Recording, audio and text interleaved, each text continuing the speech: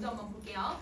자, 여러분 여기서 여러분이 꼭 기억해야 되는 건 수어제기를 왜 지었는지가 너무 중요하고, 수어제기는 여러분 어떤 과정을 겪냐면 의문점을 제기하고 해결을 할 거야. 그래서 의문점과 해결이 어떻게 나타나고 있는지를 찾고, 여러분 그 과정에서 어떻게 깨달음을 얻는지를 볼 거예요. 그래서 깨달음의 내용까지 정리 한번 해볼게요. 자, 맹자의 말을 여기서 인용을 하거든요. 그래서 맹자의 말을 왜 인용하고 있는지도 여러분이 생각을 해줘야 돼. 자, 그리고 여기는 자를 구분해야 돼. 혹시 여러분 우리 겨울방학 때 쉽게 쓰여진 시 했던 거 혹시 기억나? 그 쉽게 쓰여진 시 윤동주의 시에서 여러분, 혹은 아니면 1학년 때 자화상이나 아니면 여러분 윤동주의 얘들아 작품들 했을 때요, 여러분 자아가 두 개로 나뉘거든요. 그 자아를 여기서 찾아내야 돼요. 그래서 이 수어제기는 만약에 얘들아 문제를 낸다고 하면 자아가 어떻게 나오는지를 구분을 해볼 거야. 그래서 선생님이랑 자아를 한번 나눠보자 얘들아. 자, 우리는 이렇게, 여러분은, 선생님은, 모든 사람들은 여러분 이렇게 하나의 객체로 존재한단 말이야. 근데 이 존재 안에 여러 개의 자아를 가질 수가 있어. 그러면 그 자아를 크게 두 개로 나누는데, 여러분 이 자아에서 내가 가장 진짜 나다운 자아, 이거를 본질적 자아라고 해요.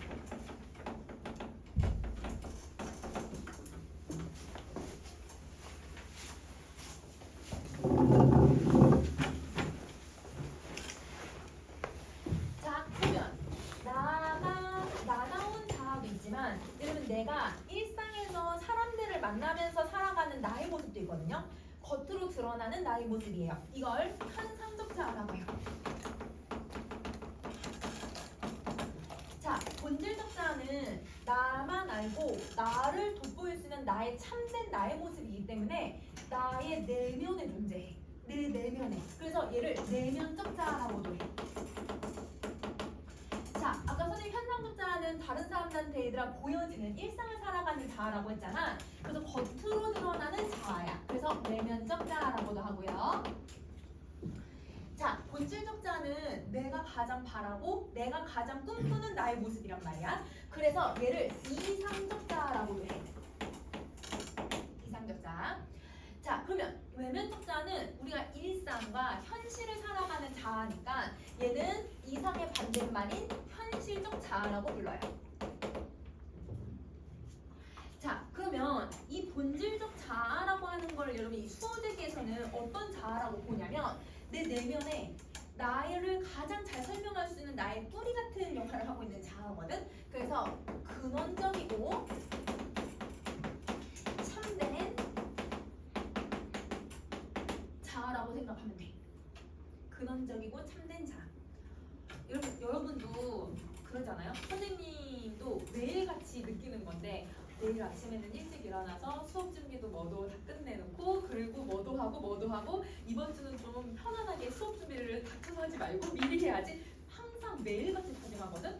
근데 항상 얘가 금요일날 맨날 밤새 수업 준비를 그때 해. 목요일날 할 것도 할 것도 많긴 하지만 계속 나는 미루게 되더라고. 그러면 여러분도 알죠? 아, 내가 오늘 조금 미리 이만큼을 해놓으면 나중에 편하다는 거 알고, 이만큼 공부를 해놓으면 내가 가장 바라는 나의 모습이라는 거 알잖아요. 그럼 여러분도 여러분이 바라는 모습들이 어딘가 계속 있어요. 내 내면에.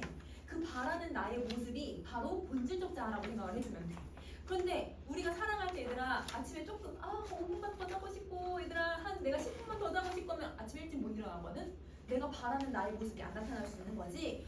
내가 일상을 살아서 친구랑 오늘 조금 놀아볼까? 오늘 PC방 한 번 더 가볼까? 이렇게 PC방 가면 내가 공부할 시간, 공부를 해야 되는 걸 알지만 PC방을 가게 되는 거거든. 그러면 선생님도 내가 이거를 지금 TV를 안 보고 내가 지금 이걸 수업 준비를 하면 얼마나 금요일날 편할까? 이걸 알지만 TV를 보게 돼. 아니면 여러분 내가 만화책을 보게 돼. 뭐 이런 식으로 내가 얘들아 현실을 살아가면서 여러분 내가 바라는 나의 모습 말고, 내가 지금 얘들아 뭔가 유혹에 잘 넘어가는 나의 모습 있잖아. 이걸 현상적 자아, 현실적 자아라고 하는 거야. 그래서 얘는요, 여러분 지금 이 작품에서 설명하고 있는 이 자아는 어떤 자냐면 세속적이고, 왜냐면 얘들아 내가 유혹에 잘 넘어가는 거야. TV 봐야지, 핸드폰 보고 싶지, 친구랑 놀고 싶지, 세속적인 거를 추구를 하는 거야.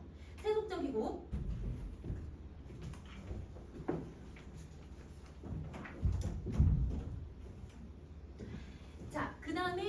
얘가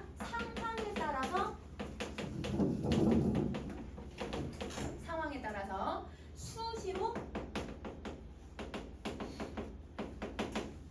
변화하는 자예요. 여러분 우리가 일상을 살아가면서 어떨 때는 공부하고 싶다가도 어떨 때는 놀고도 싶고 어떨 때는 이런 똑같은 상황인데도 얘들아 내가 다르게 행동할 때가 있잖아. 그 모든 게 현실적자라고 생각을 해주면 되는 거야. 그러면 이게 어떤 사람이든 여러분 본질적 자랑, 현상적 자를 다 가지고 있는 거예요.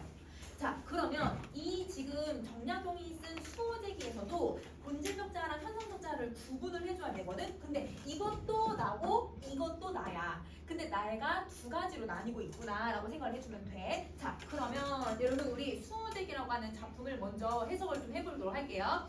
자, 우선 제일 첫 번째. 수어제라고 하는 이름은 큰형님이 자기 집에 붙인 이름이다. 그럼 여러분 이 수어제가 여러분 집 이름이라는 거야. 그러면 이 수어제라고 하는 건 중심 소재가 되고 화자가 의문점을 갖게 되는 여러분 집 이름이라고 생각해 주시면 돼요. 자, 나는 처음에 이 이름을 듣고 이상하다고 생각을 했다. 여러분 이상하게 생각했다는 게 뭐가 된 거야 얘들아? 의문점이 생긴 거지. 자, 나랑 굳게 맺어져 있어서 서로 떨어질 수 없는 사물 가운데 나보다 더 절실한 건 없다. 즉, 여러분 나는 떨어져 있을 수도 없고 나가 난데 왜 나를 지켜야 되는가? 지키지 않아도 나는 어디를 가는 게 아닌데 이상한 이름이다 라고 생각을 했던 거예요. 그러면 의문점을 제시했는데 어떤 의문점을 가지면 여러분도 나가 어디로 가는 게 아니라 나는 나잖아요. 나는 여기 있는 거잖아. 우리 모두 다 나는 여기에 있다라고 다 생각을 한단 말이야. 그래서 의문점을 제시한 건 이거는 사람들이 갖고 있는 일반적인 통념인 거야. 자, 화자가 의문점을 제기했던 건 사람들이 모두 다 똑같이 생각을 하는 거죠. 나를 왜 지켜야 돼? 나는 난데? 나 여기 있는데? 나 지킬 필요가 없는데? 누구나 갖는 생각이라는 거죠. 자, 이걸 가지고 의문점을 제기를 하고 여러분 여기 서술 방식을 한번 보면 자기가 한 말을 여러분 큰 따옴표로 표시를 했거든? 이 큰 따옴표는 여러분 무슨 인용이야? 직접 인용이야. 그래서 자기가 한 말을 직접 인용의 방식으로 제시를 하고 있다라고 생각해 주시면 돼요. 그만큼 강조를 하는 거죠. 자, 그럼 여러분 우리 이 글은 기승전결의 방식으로 쓰여서 기 부분에선 왜 수어제라고 하는 이 소재가 의문점이 들었는지를 설명을 한 거야. 왜 나를 지켜야 되지? 이렇게 생각을 한 거죠. 자, 그러면 두 번째 한번 이제 세 번째 문장 갈게요. 내가 장기로 귀향을 온 뒤에 혼자 지내면서 생각을 해봤대. 여러분 생각하면 무슨 태도가 만들어져야 돼? 성찰, 그치. 그러면 여러분 여기 성찰적 태도가 만들어지고 하루는 갑자기 이 의문점에 대해서 해답을 얻게 되었다는 거예요. 의문을 가졌는데 귀향을 갖다가 생각하니까 해답이 나왔대. 그러면 여러분 이 글은 질문, 의문을 제기하고 대답을 하고 있으니까 무슨 구조를 가지고 있는 걸까? 문, 답, 그치? 근데 지가 질문하고 지가 답하고 있잖아. 자문자답의 형식이야. 그렇지? 자, 천하만물 가운데 지킬 것은 하나도 없지만 그럼 여러분 화자는 어떻게 생각하냐면 세상 모든 건 지킬 필요가 없다고 생각을 해요. 그러면 지킬 필요가 없다. 자, 오직 나만은 지켜야 된다라고 생각을 해. 그러면 이때 나라고 하는 게 누구냐면 본질적 자를 지키는 거야. 가장 근원이 되고 순수하고 얘는 지킬 필요가 당연히 있는 자아죠. 동그라미 표시할 거예요. 자, 그러면 천하만물은 지킬 필요가 없는데 나는 지켜야 된다고 설명을 하고 있잖아. 그러면 여러분 지금 여기서 천하만물하고 나는 무슨 편법을 쓰고 있다고 보면 될까? 대조, 그치? 그래서 여기 대조가 쓰인다라고 정리 하나 할게요. 자, 그 다음 갈게. 그러면 여러분 이제 내가 별로 지킬 필요가 없는 천하 만물에 해당하는 애들은 선생님이랑 얘들아 이렇게 관로 표시를 한번 해보자. 내 밭을 지고 달아갈 사람이 있는가? 밭은 지킬 필요가 없어. 그치? 그러니까 밭은 문서만 잘 냅두면 저 밭 내 거라는 거 알잖아. 그러면 밭은 지킬 필요가 있다 없다? 없다. 자, 그 다음에 내 집을 지고 달아날 사람이 있는가? 이러면 집도 지킬 필요가 없죠. 집은 항상 그곳에 있을 거니까. 그러면 집도 지킬 필요가 없죠. 내 정원에 여러 가지 꽃나무와 과일나무들을 뽑아갈 사람이 있는가? 이러면 나무를 물론 한 하나를 뽑아갈 수는 있지만 이 모든 걸 다 뽑아갈 사람은 없어. 그러면 여러분 이 정원의 이 나무들은 내가 지킬 필요가 없는 거죠. 그 뿌리는 땅 속에 깊이 박혀 있어서 이걸 훔쳐갈 수 없다라는 거야. 내 책을 훔쳐갈 사람이 있겠는가? 성년의 경전이 세상에 퍼져서 물이나 불처럼 이렇게나 흔한데, 자 여러분 물이나 불처럼이라고 했으니까 이거 무슨 표현법이야? 지구, 그치? 그러면 여러분 책이, 내 책은 누가 훔쳐간다 하더라도 세상에 널린 게 책이야. 그러니까 내 책을 굳이 여러분 내가 지킬 필요가 없지. 그치? 지킬 필요 없는 거는 관련 표시할게요.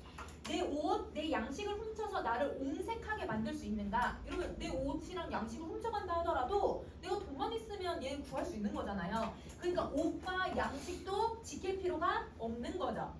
천하에 있는 실이 모두 내가 입을 옷이 될 거고 천하에 있는 곡식이 모두 내가 먹을 양식이 될 거기 때문에 굳이 나는 이걸 지킬 필요가 없는 거야. 자, 그 다음 다시 할게. 도둑이 비록 훔쳐간다 하더라도 한두 개에 지나지 않을 테니 천하의 모든 옷과 곡식을 없앨 수 있겠는가? 라고 물어봐요. 여러분 없앨 수 있어요? 없어요? 이 사람이 돌렸다 했다면 없어요. 답이 정해지죠. 이런 무슨 편법이에요? 서리법이에요. 맞아요. 여기는 서리법을 쓰고 있어. 그러니 천하 만물은 모두 지킬 필요가 없다라고 얘기를 하는 거야. 자, 그러면 여러분 지금 옆에 정리 한번 해보자. 지금 이 화자는 오직 나만은 지켜야 된다라고 나 빼고는 모두 다 안 지켜도 된다라고 설명을 했잖아. 그러면 나를 지켜야 된다라는 말이 뭐냐? 필자는 이 나의 뭐를 지켜야 된다라고 지금 생각을 하냐면 본성, 본질. 맞아. 그래서 나의 본성, 본질을 지켜야 된다라고 생각을 하는 거고요. 자, 이게 여러분 내가 귀양 와서 깨달은 거예요. 그럼 우리 아까 선생님이 이걸 깨달음을 찾는 게 중요하다고 했잖아. 그럼 여러분 이걸 지켜야 된다라는 깨달음을 얻은 거야. 그럼 여러분 우리 이 글의 주제를 만약에 찾으세요라고 하면 여러분 나의 본질적 자아를 지켜야 한다라고 하는 게 이게 바로 주제라고 생각하면 되는 거야. 알겠지? 자, 그러면 지금 여러분 네 번째 문단에 사용된 표현법을 우리 쭉 정리 한번 해볼 건데, 자 우선은 여러분 지금 이렇게 괄호 표시한 애가 한두 개가 아니야. 엄청 많잖아. 여러분 이거 무슨 표현법 쓴 거예요? 열거. 그렇지. 자, 그 다음에 여러분 계속 뭘 했냐면 누가 훔쳐갈 사람이 누가 있겠는가? 없다. 훔쳐갈 사람이 누가 있겠는가? 없다. 훔쳐갈 사람이 누가 있겠는가? 없다. 이런 지가 질문하고 지가 다 계속 답을 해. 그러니까 전반적으로도 자문, 자답의 형식을 갖고 있는 거죠. 자, 그 다음에 여러분 여기 비유법을 썼다 얘들아. 비유법 무슨 비유법을 썼어? 지규. 그치. 그래서 여러분 여기 지규법을 사용을 했고요. 자, 그 다음에 네 번째 여러분 아까 천하 만물 지킬 필요 없죠. 근데 나는 지켜야 된다고 했으니까 무슨 표현법 썼지? 대조. 그치. 자, 그 다음에 여러분 문장 구조 좀 비슷하지 않아? 뭐뭐 하지 않은가? 뭐뭐 할 필요 없다. 뭐뭐 하지 않은가? 뭐뭐 할 필요 없다. 이렇게 쓰고 있으니까 여러분 유사한 문장 구조니까 대구라고 해도 되고요. 아니면 유사한 통사 구조 방법. 이렇게 정리해주면 돼. 자, 그 다음에 여섯 번째. 여러분 여섯 번째는 지금 천하 만물을 왜 지킬 필요 없는지에 대해서 설명을 했잖아. 근데 여러분 이제 오문단에서 이제 한번 연결해서 보면 오문단은 나를 왜 지켜야 되는지에 대한 설명이 나와. 그러면 천하 만물하고 나를 계속 비교하고 있다고 생각하면 되거든. 이건 오문단 가서 다시 한번 볼게. 그래서 얘는 사문단, 오문단을 통해서 비교를 하고 있다. 자, 마지막 7번. 여러분 7번은 선생님이 아래까지 쓸 거라서 여기 위에다 올릴 테니까 여러분 그 밑으로 쓰세요. 자, 우선 여러분 여기에 구체적인 대상들을, 즉 예시들을 쭉 열거를 했단 말이야. 자, 근데 그 구체적인 대상들은 모두 다 어디에 포괄되는 애들이야? 이 천하 만물. 그치? 그러면 여러분 뭘 하고 있냐면 구체적인 대상들을 통해서 포괄적인 대상으로 결론을 도출한 거예요. 그러면 많은 예시들을 통해서 예시를 아우를 수 있는 하나의 어떤 포괄적 대상으로 결론을 내고 있다는 거지. 이게 서술 방식이라고 생각을 해주면 돼. 자, 그러면 여러분 이렇게 정리하셨죠? 그러면 평가 정리했으니까 여러분 그 다음에 내용도 한번 볼게요. 자, 오문단. 자, 그런데 오직 나라고 하는 거는 잘 달아놔서 드나드는데 일정한 법칙이 없어요. 자, 여러분 아까 나는 분명 여기 있는데 이 나가 뭐 하다고 생각하는 거야? 내가 잘 도망 다닌다고 생각을 하는 거야. 자, 아주 친밀하게 붙어 있어서 서로 배반하지 못할 것 같다가도 여러분 여기서 서로 배반하지 못할 것 같다라고 하는 게 이게 누구야? 주체가 누구야? 본질적 자랑, 현상적 자아야.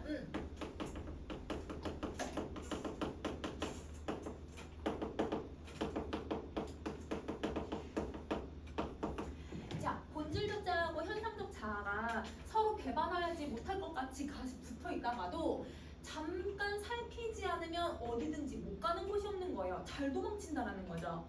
자, 이익으로 깨면 떠나가고요. 위험과 재앙을 겁을 주어도 떠나가요. 마음을 울리는 아름다운 소리만 들어도 떠나가요. 그럼 여러분 지금 떠나가게 만드는 조건들을 지금 계속 제시를 하고 있잖아. 그러면 이거 우리 번호를 매기자. 이익으로 깨면 떠나간다. 1번. 위험과 재앙으로 겁을 주어도 떠나간다. 2번. 마음을 울리는 아름다운 음악 소리만 들어도 떠나간다. 3번. 눈썹이 새까맣고 이가 하얀 미인의 요염한 모습만 봐도 떠나간다. 4번. 자, 한 번 떠나가면 돌아올 줄 몰라서 붙잡아서 만류할 수 없다는 거야. 그러니 천하에 이 나보다 더 잃어버리 쉬운 거는 없다. 그러니까 나는 너무 쉽게 잃어버릴 수가 있어서 그래서 형이 나를 지켜야 되는 집이라는 이름을 지었잖아요. 그게 왜 지어졌는지를 깨닫게 된 거예요. 자, 어찌 실과 끈으로 묶고 빗장과 자물쇠로 잠가서 나를 굳게 지키지 아니하겠는가. 자, 그러면 여기서 우선 오른쪽에 여러분 이 본질적 자아가 갖고 있는 이 나라고 하는 존재가 갖고 있는 특징을 한번 정리 한번 해볼 거야. 자, 여러분 나라고 하는 존재는 쉽게 흔들려서 지키기가 어떻다? 어렵다. 자, 잃어버리게 되면 되찾기도 어렵다. 자, 그 다음에 뭐에 잘 흔들릴 수가 있냐면 나라고 하는 존재는 이런 세속에 잘 흔들리기가 쉽다. 그러면 1번부터 3번까지의 내용을 보면 여러분 이제 결론을 낼 수가 있는데 자아라고 하는 거는 여러분 나의 이러한 특성들 때문에 1번부터 3번까지의 특성 때문에 1번부터 3번까지 나의 특성 때문에 나를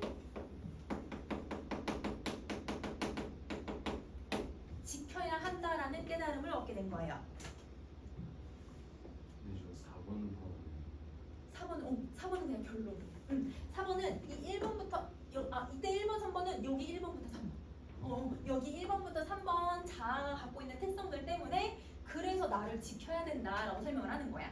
그러면 아까 1번부터 4번까지 우리 번호 매겼잖아 얘들아. 그 본문의 번호는 내가 잘 달아나게 하는 예시들을 제시한 거지. 그러면 선생님 왜 본질적 자아는 참되고 근원적인데 왜 잘 도망가고 잘 이렇게 떠나가고 잃기 쉽냐라고 얘기할 수 있잖아. 이거는 현상적인 자아의 관계 때문이야 얘들아.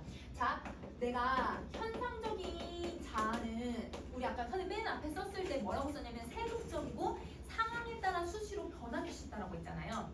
이 현상적인 자아는 되게 가벼운 자아예요. 그래서 이 자아가 이렇게 계속 누군가한테 흔들리면 아무리 내가 얘가 본질적 자아를 가지고 있어도 이 본질적 자아가 나타나지 않는 거예요.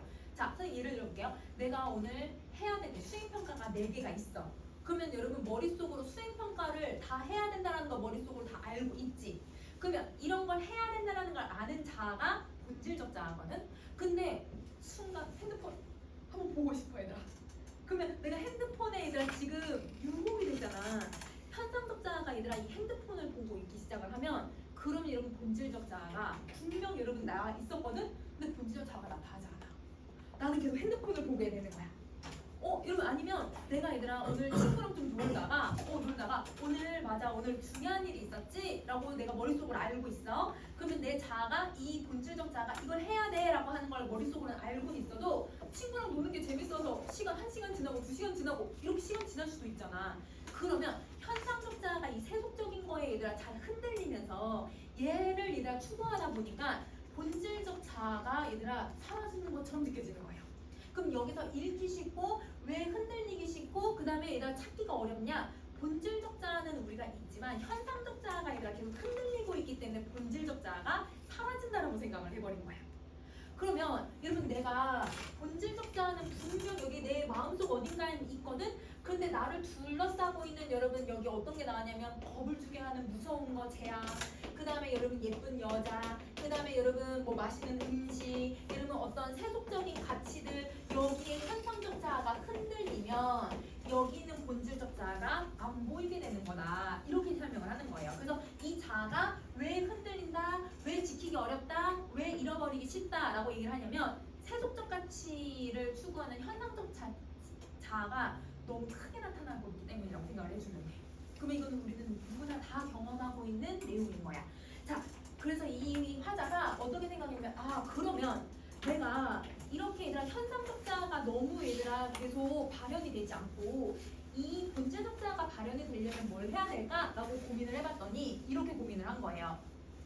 실과 끈으로 본질적 자아를 묶고 빗장과 자물쇠로 잠가서 나를 지켜야 된다고 생각을 한 거예요.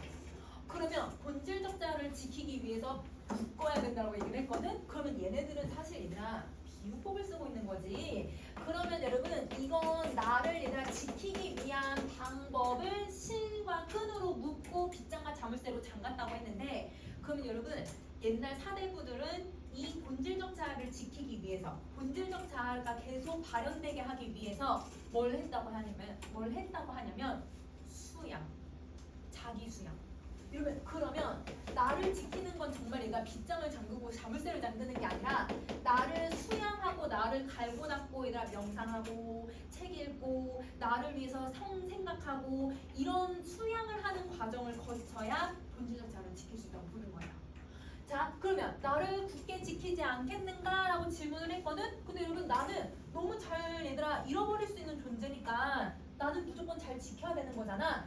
답이 정해졌는데 질문을 하고 있으니까 이거 무슨 편법을 쓰고 있는 거야? 서리법이야. 그치? 그래서 나를 잘 지켜야 된다라는 사실을 여러분 지금 깨닫고 있다라는 걸, 이 깨달음을 서리법과 비유법으로 제시하고 있다라고 생각해 주시면 돼요.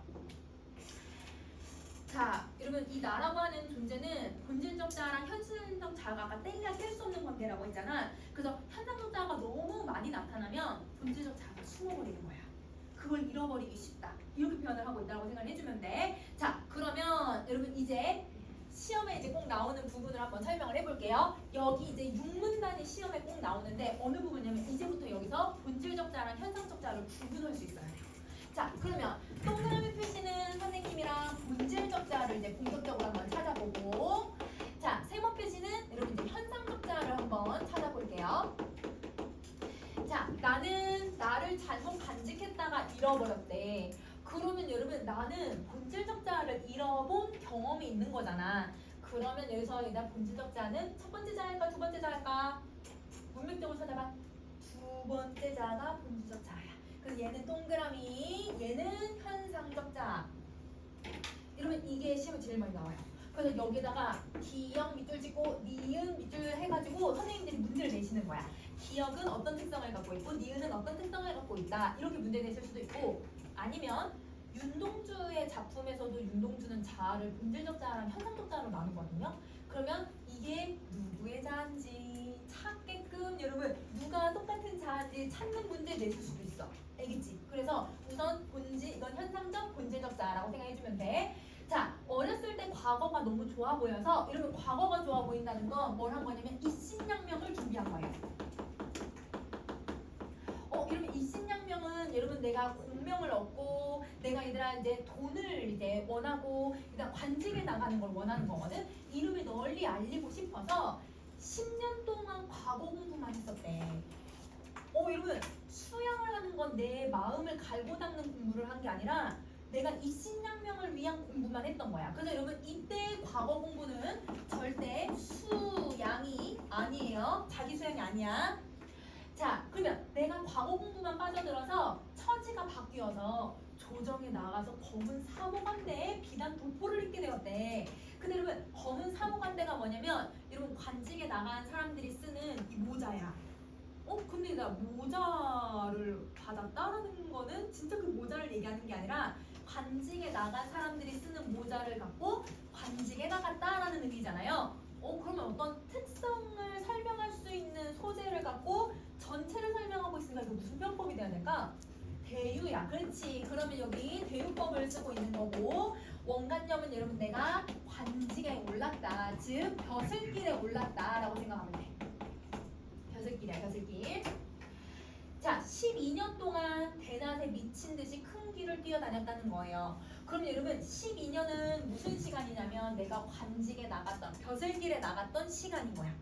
자, 그러면 여러분 이 벼슬길이라고 하는 이 부분은 여러분 내가 원래는 세속적인 여러분 공명을 추구하고 내가 관직에 나가는 공부만 했기 때문에 내 자기 수양 공부 했어 안 했어? 안 했어. 그러면 여러분 나를 본질적 자아를 지킬 수 있었을까 없었을까? 지키지 못해. 그러면 여러분 벼슬길은 나를 잃어버린 원인이죠. 이유예요. 자, 그러면 다시 정리. 여러분 나를 잃은 이유를 만약에 찾으세요 라고 하면 벼슬길이라고 찾으면 되고 그 벼슬길이라는 건 여러분 세속적인 공명을 추구했기 때문이다 라고 생각하면 돼. 세속적 공명을 추구해서 내가 이렇게 되었다. 자, 그 다음 갈게. 큰 길을 뛰어다녔다라고 했는데 그럼 여러분 이 큰 길은 여러분 사실 진짜 길을 가는 게 아니라 어디를 얘기하냐면 벼슬길을 얘기하는 거야. 그러면 이 벼슬길이라고 하는 것도 여러분 세속적인 모습인 거지. 그래서 이 벼슬길은 세속의 명예 이것만 추구했다라고 정리해 줄 수 있을 것 같아요.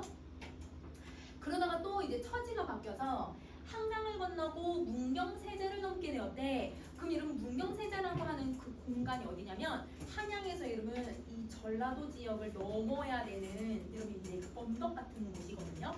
근데 여러분 이 정약용이 여러분 어디에서 귀양 생활을 하냐면 여러분 전라도 강진에서 귀양 생활을 해요.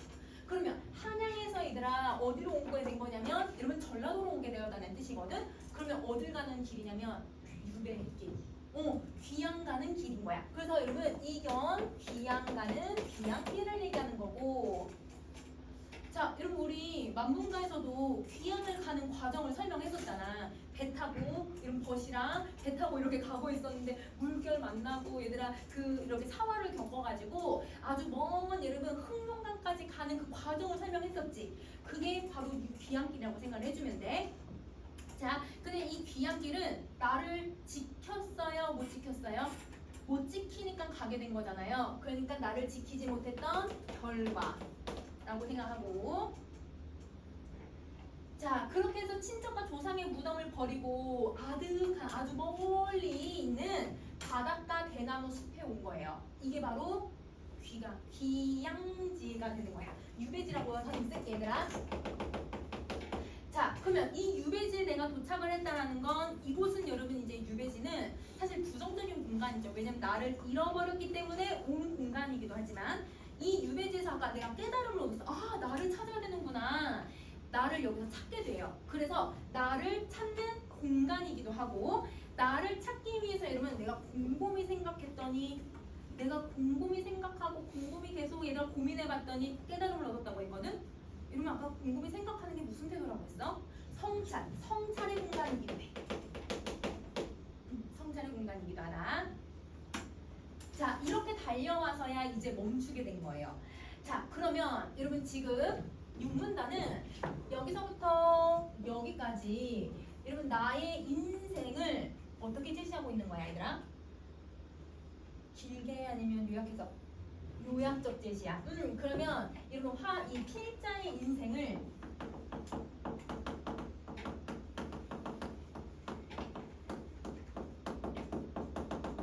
요약적으로 제시하고 있자. 필자의 인생을 요약적 제시로 제시해 주는 거예요. 자, 이때 나에게 물어본 거예요. 그러면 여러분 이때 나는 본질적 자아일 수도 있고 혹은 여러분 이제 이 현상적 자아일 수도 나 전체라고 생각하면 돼 얘들아. 나 전체에게 물어봤는데 스스로에게 얘들아 내가 질문하고 답하는 거야. 그럼 여러분 스스로에게 얘들아 질문 자문을 하고 있고 스스로 질문을 하고 있으니까 나에 대해서 되돌아보는 거거든. 무슨 태도가 나타나야 돼? 성찰. 그치? 성찰의 과정이에요. 자, 그러면 여러분 뭘 성찰하고 있는지 한번 정리 한번 해볼게.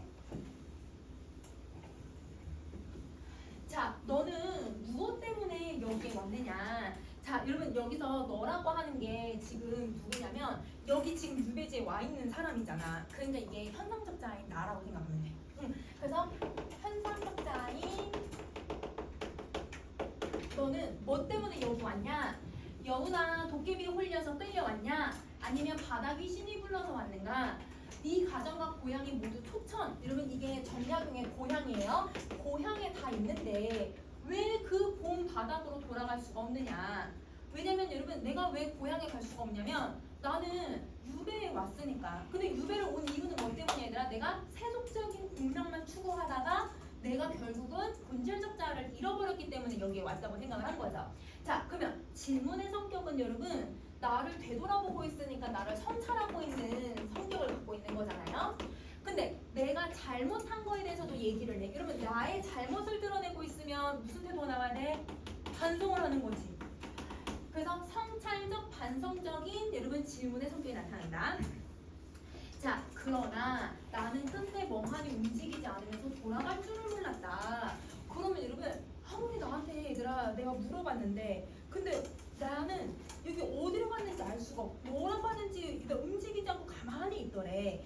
근데 여러분 이 나가 본질적 자아인지 현상적 자아인지 얘들아 그 교사 교과서나 아니면 여러분 이 책들에서 나오지 않아요. 왜냐면 이때 나는 본질적 자아일 수도 있고 현상적 자아로 다 해석이 되거든요. 그래서 얘는 선생님이 동그라미 세모 표시를 하지 않을게요. 알겠죠? 자, 나는 끝내 움직이지 않으면 돌아가지 못했다라고 하면 나를 지키기 얘들아 사실 되게 어렵다라는 걸 얘기를 해. 아, 이건 나를 지키기 되게 어렵구나.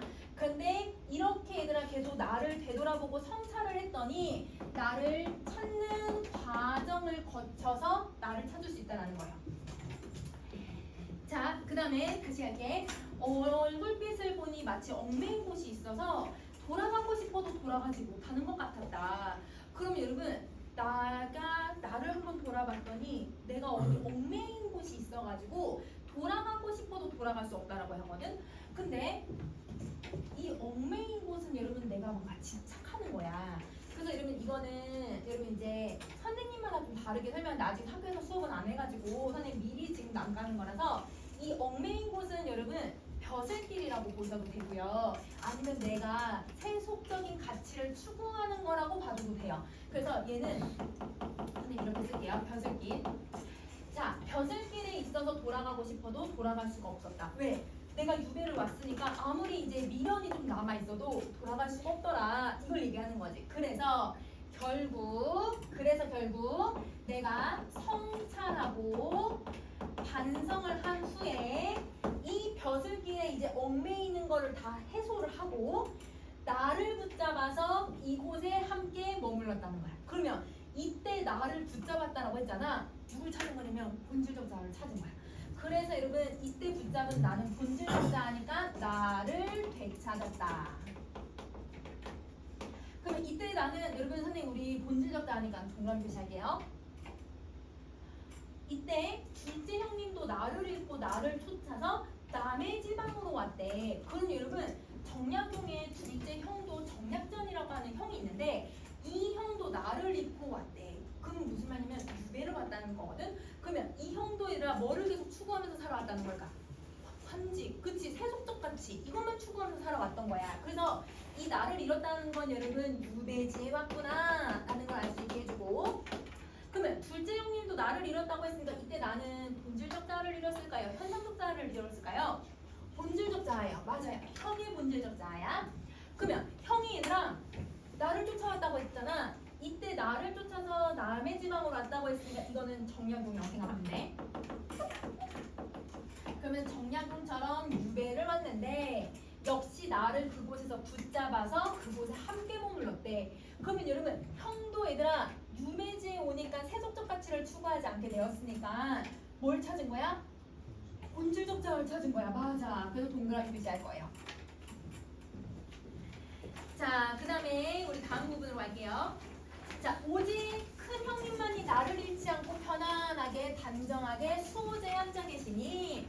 그래서 여러분 실제 이제 정약용의 제일 큰 형은 단직에 나가지 않고 은거하면서 생활을 했었대요.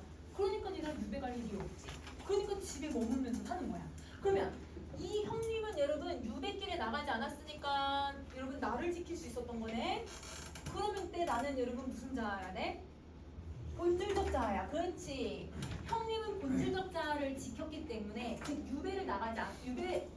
반직에 나가지 않았기 때문에 그래서 나를 지킬 수 있었던 거예요. 자, 그래서 수호대에 앉아 계시니 본디부터 지키는 것이 있어서 나를 잃지 않았기 때문이 아니겠는가. 그래서 여러분 본디 지키는 것이 있었대. 뭘 지켰던 거야? 형은 본질적 자아를 지켜서 나를 잃지 않았다고 했을 때 이때 나는 무슨 자? 본질적 자. 그렇지. 본질적 자를 잃지 않았던 것이었다. 자, 이게 바로 큰형님이 거실에 수호제라고 하는 이름을 붙인 까닭이었구나. 여러분 아까 수호제가 무슨 집이라고? 나를 지키는 집. 그치? 그러면 형은 여러분 집의 이름을 나를 지키는 집이라는 이름을 붙였던 이유는 이때 나를 여러분 무슨 자아로 본 거예요? 계속 본질적 자. 선생님 그런 표시했지 얘들아? 본질적 자아를 지켜야 된다는 건 형은 이미 알고 있었던 거야. 자, 형님은 언제든지 나에게 얘기하셨다. 아버님께서 내게 태연이라고 하는 자를 만들어 주셨는데 나는 오롯이 이 집에서 내 태연을 지키려고 노력을 했었다는 거야. 그럼 여러분 이때 이 태연은 형의 무슨 자를 얘기하는 걸까? 본질적 자야. 맞아. 동그라미 표시할게요. 자, 그래서 내 거실에다가 그런 이름을 붙였던 거지. 그래서 형은 집에다가 이름을 붙여서 좌우명처럼 본질적 자아를 지켜야 돼. 본질적 자아를 지켜야 돼. 세속에 얽매이면 안 돼. 이런 거를 항상 지키면서 살아왔었던 거야. 자, 하지만 이건 핑계다. 여러분, 이 핑계다라고 하는 말은 형이 되게 겸손하게 말한 거야 라는 뜻이야. 그래서 여러분 누구가 겸손한 편이냐면 형이. 형은 되게 겸손하게 말한 거다. 맹자께서 말씀하시길 여러분 맹자면요 되게 뛰어난 성현이잖아요. 그러면 여러분 이 성현의 여기다 칸좀 작아 성현의 말을 뭘 했냐면 인용해온 거지. 그치? 자, 성현의 말을 인용해서 무엇을 지키는 게 큰 것인가? 몸을 지키는 게 가장 크다. 그러면 여러분 우리 이 몸뚱아리를 지키는 걸 얘기하는 걸까? 이 몸뚱아리는 현상적 자아거든? 근데 여러분 이때 맹자가 말씀하신 몸은 무슨 자아를 얘기하는 걸까요? 본질적 자아를 얘기하는 거예요. 그러면 맹자도 얘들아 본질적 자아를 지켜야 된다고 얘기를 했으니 형도 그렇게 해서 살아왔으니 나도 그렇게 살겠다라고 얘기를 한 거야. 그러면 내가 얘들아 깨달은 거랑 맹자가 제시하는 내용이랑 같아달라요? 같죠? 그러면 내 의견을 뭐 해주냐면 뒷받침해주는 역할을 해요. 그러면 여러분 맹자의 말을 인용한 이유는 자신의 깨달음을 뒷받침하기 위해서 이거를 타당하다라고 보여주기 위해서 쓰고 있다라고 생각해주면 돼. 자, 이렇게 했으니 그 말씀이 진실이다. 내가 스스로 말한 내용을 써서 큰형님에게 보이고 수호제의 기로 삼게 되었다. 그럼 여러분 수호제기를 쓴 이유는 나의 깨달음을 제시하기 위해서야 라는 뜻이거든. 그럼 이 작품을 쓰게 된 동기와 이 작품을 쓰게 된 원인을 여러분 이렇게 제시하고 있는 거죠. 자, 그럼 여러분 옆에 정리 한번 해볼게. 여러분 제일 먼저 기에서 수호제라고 하는 명칭에 대해서 화자가 뭘 가졌지? 왜 이런 이름을 지었지? 의문, 그치? 이런 이름을 지었는지에 대한 의문이 여러분 이곳에 와서 이 마지막 부분에 와서 해소가 되죠. 그러면 필자는 내면 속에 세속적인 걸 추구해야 되나? 아니면 내가 수양을 하는 삶을 선택해야 되나? 이거 고민을 되게 많이 하면서 살았을 거야. 그럼 이거는 여러분 무슨 갈등이라고 해야 돼? 내적 갈등, 그치? 그래서 필자의 내적 갈등이 해소되고 있는 부분이라고 해주시면 돼요. 여러분 자아를 설명하고 있는 부분이 되게 어려워요. 왜냐면 이 자아는 뗄래야 뗄 수 없다고 표현도 했고 현상적 자랑 본질적 자아가 되게 긴밀하게 연결이 되어 있어서 이걸 단독으로 보려고 하지 말고 여러분 내가 본질적 자아를 다 가지고 있잖아. 그러면 얘들아 이 심지가 되게 굳은 사람들, 즉 본질적 자아를 잘 지키는 사람들은 아무리 얘들아 주변의 외부적인 환경에 내가 얘들아 이렇게 환경이 날 유혹을 해도 절대 유혹에 넘어가지 않아. 그래서 이 본질적 자아를 굳건하게 지키는 방법은 자기 수양을 통해서 하는 거였기 때문에 나를 얘들아 되돌아보고 나를 명상하고 세속적 가치를 추구하지 않으려고 하고 이런 것을 지키면서 살아가려고 한다라고 생각해주면 될 것 같아. 알겠지? 자, 그러면 여러분 어디를 보냐면 얘들아 우리 서술상의 특징 하나만 정리할 건데요. 여러분 그 우리 8쪽에 8번을 한번 볼까 얘들아? 8쪽에 8번. 자, 여러분 화자는 과거에 벼슬길에 나가서 본질적 자아를 잃어버렸던 경험을 해요. 근데 이제 현재는 귀향에 오기는 했지만 본질적 자아를 찾죠. 그래서 과거랑 현재가 대조가 되기도 하는데 그러면 여러분 여기서 글을 쓸 때 대조도 되지만 여러분 글을 전개하는 방식은 뭐라고 봐야 될까? 대비, 그렇지? 그러면 얘는 대비도 쓰이는 거고 여러분 시간은 여러분 과거를 되돌아보고 있는 거잖아. 그래서 대비도 쓰이고 두 번째는 여러분 뭘 쓰냐면 여기는 총 4개의 사단 구성으로 나눴거든. 기승전결. 선생님 본문에다가 정리해놨으니까 여러분 기승전결의 방식도 쓰고 있고 자 의문점을 가지고 여러분 내가 해소를 했잖아. 그래서 의문과 해소의 얘들아 이런 방식으로도 글을 서술을 하고 있다. 그러면 여러분 1번부터 3번까지가 이 글을 쓰고 있는 구성 방식이라고 생각을 해주면 돼요. 자 그러면 여러분 여기까지 정리하셨으면 어디를 한번 보냐면 일단 우리 9쪽에 황계사라고 하는 지문을 한번 봅시다.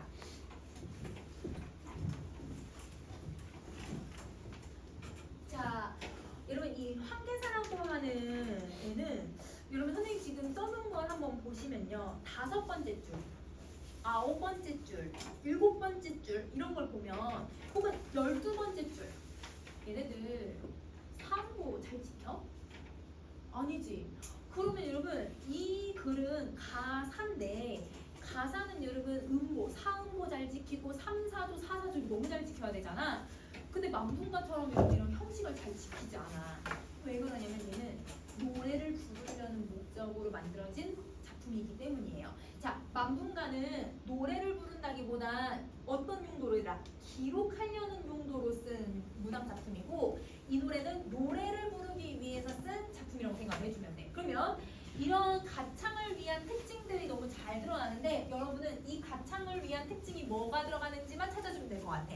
그래서 이 가사를 가창 가사라고 하고요. 노래를 부르려는 목적을 갖고 있는 가사다. 그리고 가창을 위한 가사가 지금 남아있는 작품이 12편이 있거든. 그래서 그걸 한 번에 묶어서 12가사라고 해. 그래서 얘는 12가사, 가창가사라고 한다.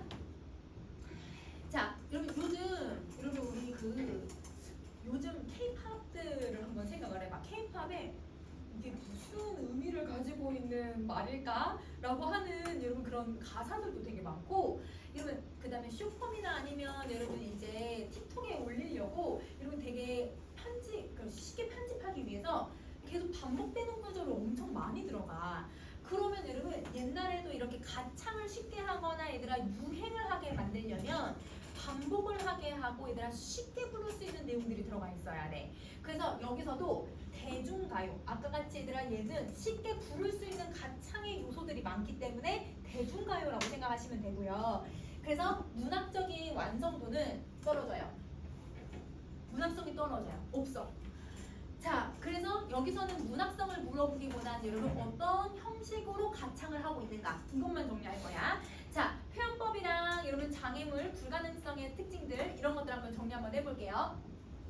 1조 낭군, 여러분 1조 하루아침에 낭군님과 내 사랑하는 사람과 이별 후에 소식조차 돈절 끊어져 버렸으니 그럼 여러분 화자의 상황은 임과 뭘 했냐면 이별을 했구나. 이별한 다음에 얘들아 뭐가 끊어졌냐면 소식이 끊어졌구나. 그러면 님이 내 옆에 있어요 없어요? 없어. 임의 부재를 느끼고 있구나 라고 생각하면 돼. 자네 여러분 이때 자네가 지금 누구야? 첫 번째 줄에 나온 내 낭군님이지. 내가 사랑하는 여러분 사람이야. 자 사랑 잔해라고 불러. 이거 몇 인칭이에요? 2인칭이지, 그치? 그러면 여러분 얘를 누구로 설정한 거야? 청자로 설정해서 말을 하고 있는 거야. 너 왜 무슨 이유로 못 오니? 무슨 일로 아니 오니? 라고 물어보는 거죠. 자, 이렇게 얘들아 아니 못 오던가 오더냐? 다 무슨 형어미로 끝났어 얘들아? 의문형, 그치? 그러면 의문형을 사용해서 오지 않는 임에 대해서 너 왜 안 와? 너 지금 왜 안 오는 거야? 라고 하면서 내가 얘를 탓하고 있는 거거든? 그럼 여러분 누구 상대를 탓하고 있으면 여러분 무슨 태도가 만들어져야 돼? 원망, 그치? 그래서 원망의 태도를 드러내고 있다라고 생각해 주시면 돼요. 이 아이야 말 좀 듣소. 근데 여러분 여기서는 청자가 내 사랑하는 님이었는데 여기서 아예야라고 이름을 부르고 있잖아 얘들아. 자, 이름을 부르고 있는데 이때 아예야는 제3자의 사람이에요. 자, 여기다 써놨어. 제3자를 청자로 설정했다. 그러면 여러분 이 아예랑 여러분 자네랑 여러분 똑같은 청자야 다른 청자야? 다른 청자라고 생각을 해줘야 돼. 자, 그리고 여러분 이 아이야 말 좀 듣소라고 하는 게 여러분 5번째 줄에도 나오고 7번째 줄에도 나오고 9번째 줄에도 나와요. 그러면 이거는 여러분 후렴구 같은 반복법을 쓰고 있는 부분이죠. 자, 후렴구의 역할을 하니까 여러분 내용과 연관성이 있을까 없을까? 없어. 자, 그러면 아까 여러분 선생님이 가창을 위한 특징들이 들어가야 된다고 했잖아. 이게 바로 가창을 위한 특징이지.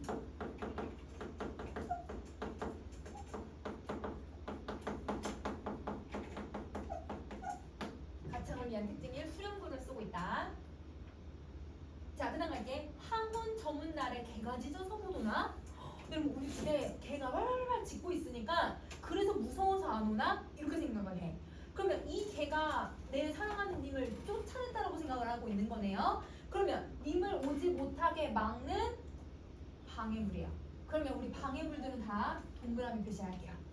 그래서 방해물이라고 써주고, 그러면 여러분 이건 오지 않는 여러분 임에 대한 무슨 마음이 들까 얘들아?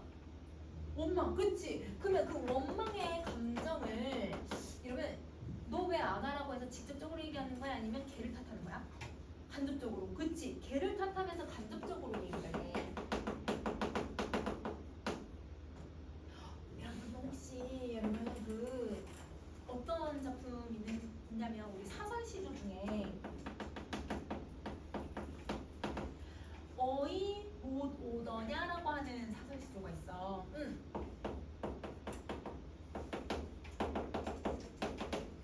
자, 왜 못 오니? 무슨 일 때문에 못 오니? 너 혹시 오는 길에 담 싸고 집이 쌓여져 있고 얘들아 뭐가 쌓여져 있어가지고 그래서 필자형으로 묶여 있어가지고 못 오니? 막 이런 내용들이 있어. 그거는 여러분 지금 얘랑 비슷한 내용이죠. 내가 어떤 장애물들이 있어서 님이 못 오나? 라고 생각을 하는 것. 그래서 여러분 이런 사설시조가 비슷하게 내용이 들어가니까 그러면 똑같은 원망에 그 원망을 간접적으로 드러내고 그걸 장애물을 통해서 제시하고 있구나 이렇게 생각해주면 될 것 같아. 자, 아이야 말을 듣소 반복을 하고 있으니까 넘어갈게요. 자, 6번째 줄. 춘수 만사택하니 물이 깊어서 못 오는가? 자, 여러분 춘수 만사택이 무슨 뜻이냐면 봄에 물이 넘치는 거야. 연못에. 왜냐면 봄비가 내리니까 물이 넘쳐서 못 오나? 라고 생각해요. 그러면 이 물은 넘쳐서 님을 못 오게 만드는 방해물이네. 그치? 그러면 동그라미. 자, 하운 닭이봉하니 여름 구름이 여러분 봉우리에 가득가득하니. 근데 여러분 여름에 구름이 잔뜩 껴있으면 여러분 뭐가 내릴 가능성이 커? 비가 내릴 가능성이 크잖아. 그래서 비가 올 것처럼 산이 높아서 못 오나? 비 올 산은 넘을 수가 없잖아요. 그래서 이 산도 방해물의 역할을 하고 있는 거예요. 자, 그러면 여러분 지금 선생님이 6번부터 9번까지 이렇게 묶어버렸는데 여기 부분이 모두 다 도연명의 사시라고 하는 한시를 인용해 준 부분이야. 그러면 여러분 한시가 어느 부분이냐면 여기야. 요거 이렇게 밑줄 그은 부분이 인용된 부분.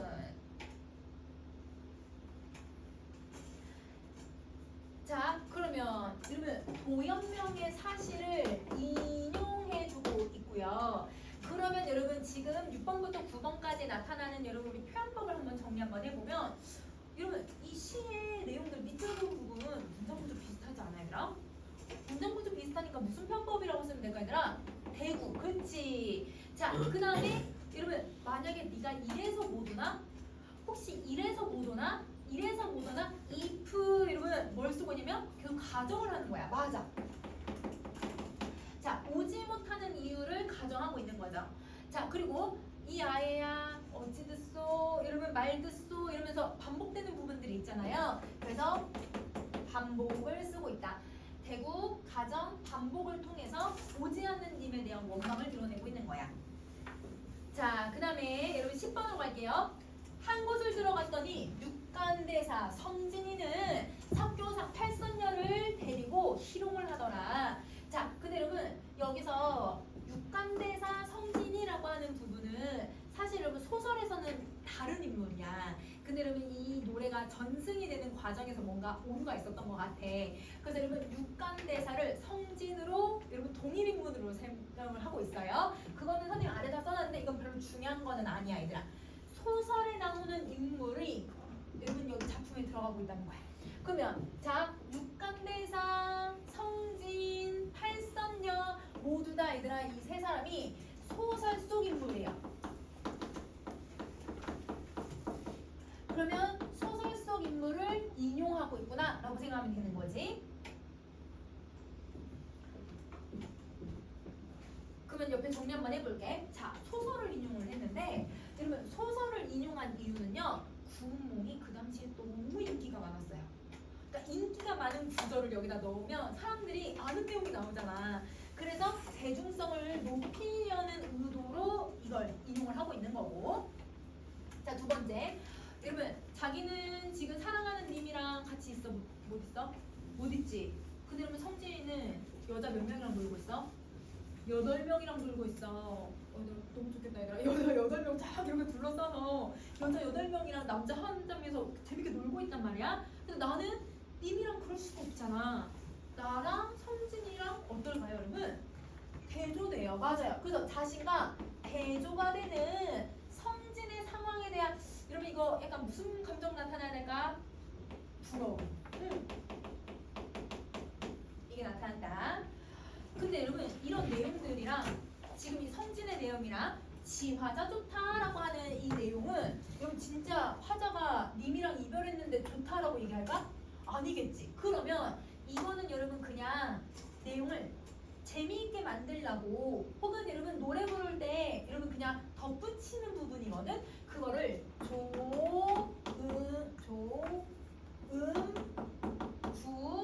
혹은 조흥구라고 해요. 흥을 북돋거나 운율을 만들기 위한 구야. 응? 자 그러면 내용과 관련성이 있어 없어? 없네. 그러면 여러분 무엇으로 삽입이 된 거냐면 연관성이 없이 이질적인 내용으로 삽입이 된 거야. 이질적으로 삽입된다. 자 그러면 이것도 흥을 위해서 넣어놨으니까 이것도 가창을 위한 여러분 부분이라고 생각하시면 돼요. 2번 가창을 위한 2번.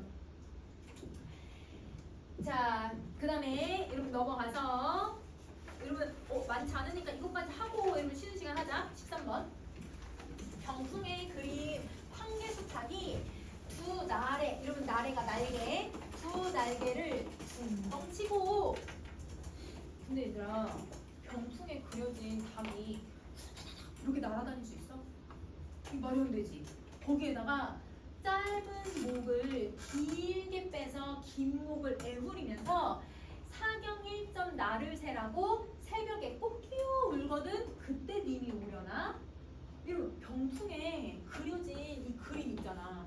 그림에 얘들아 이 닭이 이렇게 있는데 이 닭이 갑자기 날개를 파닥파닥 거리면서 이러면 목을 막 이렇게 빼면서 그러면서 여러분 새벽에 얘가 울면 그때 님이 오려나 라고 얘기를 해요. 근데 그림에서 얘가 어떻게 움직여요? 안 되죠. 불가능하죠. 그러면 이 불가능한 상황을 제시했다는 건 님이 온다는 걸까 안 온다는 걸까? 안 온다는 뜻이야. 그러면 여러분 자 여기서 황계수탁은 여러분 무슨 역할을 하고 있냐면 갑자기 이별한 님과 소식이 끊겼잖아. 그때 얘들아 화자가 여러분 얘처가 울어서 님이 왔으면 좋겠다. 화자가 어떤 소망을 여기다 넣어놓은 거거든요. 그래서 이거를 의탁한다라고 얘기를 해요. 의탁. 의탁하는 건 얘한테 의지해서 여러분 내 감정을 혹은 나의 상황을 얘가 대신 보여주는 거야.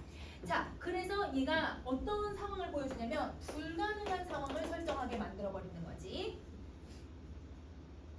그러면 이 불가능한 상황을 설정하고 한계에다가 내 상황을 넣어놓음으로써 뭘 얻을 수 있냐면 오지 않는 님에 대한 무슨 감정을 만들어낼까요?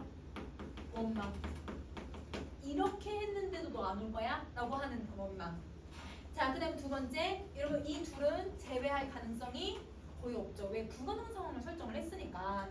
그럼 자, 이때 화자가 느낄 수 있는 정서는 원망 말고 더 있는 거지. 더 이상 이제 우리의 사랑은 이루어질 수가 없어. 우리 사랑 이제 포기해야 되더라. 포기해야 하면 나타나는 태도가 뭘까? 체념, 그치? 그럼 여러분 희망적이에요, 절망적이에요? 절망, 그치? 자, 그 다음에 당연히 이별을 하고 님을 만날 수가 없다라고 하는 슬픔 만들어내겠지. 자, 그러면 여러분 이 정서 뭐 때문에 만들어지냐면 아까 내가 불가능한 상황 설정했잖아. 불가능한 상황이 화자의 정서를 고조시키고 있다라고 생각해 주시면 돼요. 자, 그러면 여러분 여기 자네 어찌 그리에서 아니 오는가? 여러분 이때 자네는 여러분 앞에 나왔던 그 아해를 얘기하는 거야? 누굴 얘기하는 거야? 님이라고 하는 사람을 청자로 설정한 거지. 자, 그러면 너 또 왜 안 오니? 라고 또 질문을 했어. 의문형을 써서 이다 또 무슨 정서를 부각을 시키는 거예요? 원망, 그렇지. 이 작품은 오지 않는 님을 계속 원망하고 있다라고 생각해주면 돼. 자, 여러분 우리 표시 하나만 더 해볼게 얘들아. 꽃피요라고 하는 건 여러분 이 울음 소리잖아 얘들아, 그치? 자, 그리고 여러분 13번째 줄에 둥덩이라고 하는 건 날개를 파닥파닥 거리는 모습이거든. 그러면 얘네들은 모두 다 음성 상징어를 쓰고 있으니까 세모 표시를 할게. 그러면 세모 표시는 음성 상징어 아래다 써도 돼요. 음성 상징어를 쓰고 있다.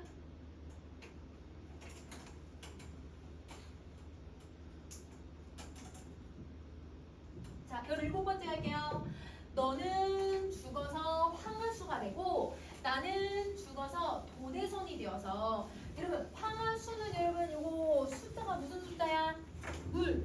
너는 죽어서 물이 되고 나는 죽어서 뭐가 되냐면 선이 되겠대. 여러분 선이 혹시 무슨 선인지 알아? 배. 그치? 그러면 여러분 물하고 배는 뗄 수가 없잖아. 배는 항상 물에 있어야 되잖아. 그러니까 나는 죽어서 이렇게 되고 싶다는 거야. 그러면 이런 무슨 표현법을 쓰고 있냐면 너란, 날란, 죽어서 뭐가 되고 뭐가 돼요? 문장 비슷하죠? 여러분 무슨 표현법 썼어요? 대부, 그치? 근데 여러분 너는 물, 나는 배, A는 B. 이거 뭐야? 은유, 그렇지? 은유법으로 빗대고 있는 거고. 자, 그 다음에 죽어서라고 하는 얘랑 똑같은 말이 그냥 들어가잖아. 반복이라고 봐도 돼요. 자, 근데 누굴 설정하냐면 내가 죽어서 뭐가 되겠다고 했잖아. 우리 이거 지금 만분가에서 계속 하지 않았어요? 내가 이거 뭐라고 해야 돼? 분신, 그치? 그러면 분신을 설정을 한 거야. 자, 근데 분신인데 내가 죽어서 되겠다고 했으니까 그러면 여러분 얘는 우리 무슨 모티프가 들어갔다고 하면 될까? 선생님 핑크 안 만들었는데 변신 모티프지? 그치? 왜냐면 만분가랑 똑같이 변신 모티프를 사용해서 이렇게 되고 싶다라고 얘기를 하는 거죠. 자, 여러분 우리 만분가에서도 얘들아 그 화자가 분신을 설정하는 이유는 님을 어떻게든 만나고 싶다라고 하는 무슨 감정을 만들기 위해서였어? 소망. 그치? 그럼 여기도 소망. 자, 살아서도 죽어서도 님과 함께 하고 싶은 어떤 마음? 소망을 그치 제시해주고 있다라고 생각하면 돼. 자, 밤이나 낮이나 밤이나 여러분 여기는 여러분 반복을 쓰는데 똑같이 반복을 해? 아니지. 변주를 시키는 거거든요. 자, 변주인데 학교 선생님 필기에는 어떤 반은 변용이라고도 해서 변용, 변주 둘 다 쓸게요. 바람 불고 물결 치는 대로 어화 두둥실 우리 떠서 놀아다니고자. 그럼 여러분 화자가 가장 바라는 거는 계속 떠서 같이 놀고 싶은 거. 이렇게 돼서 이걸 하고 싶은 거야. 그러면 이거는 여러분 이 님과 뭘 하는 거야 항상? 함께 하는 거. 이게 궁극적 소망.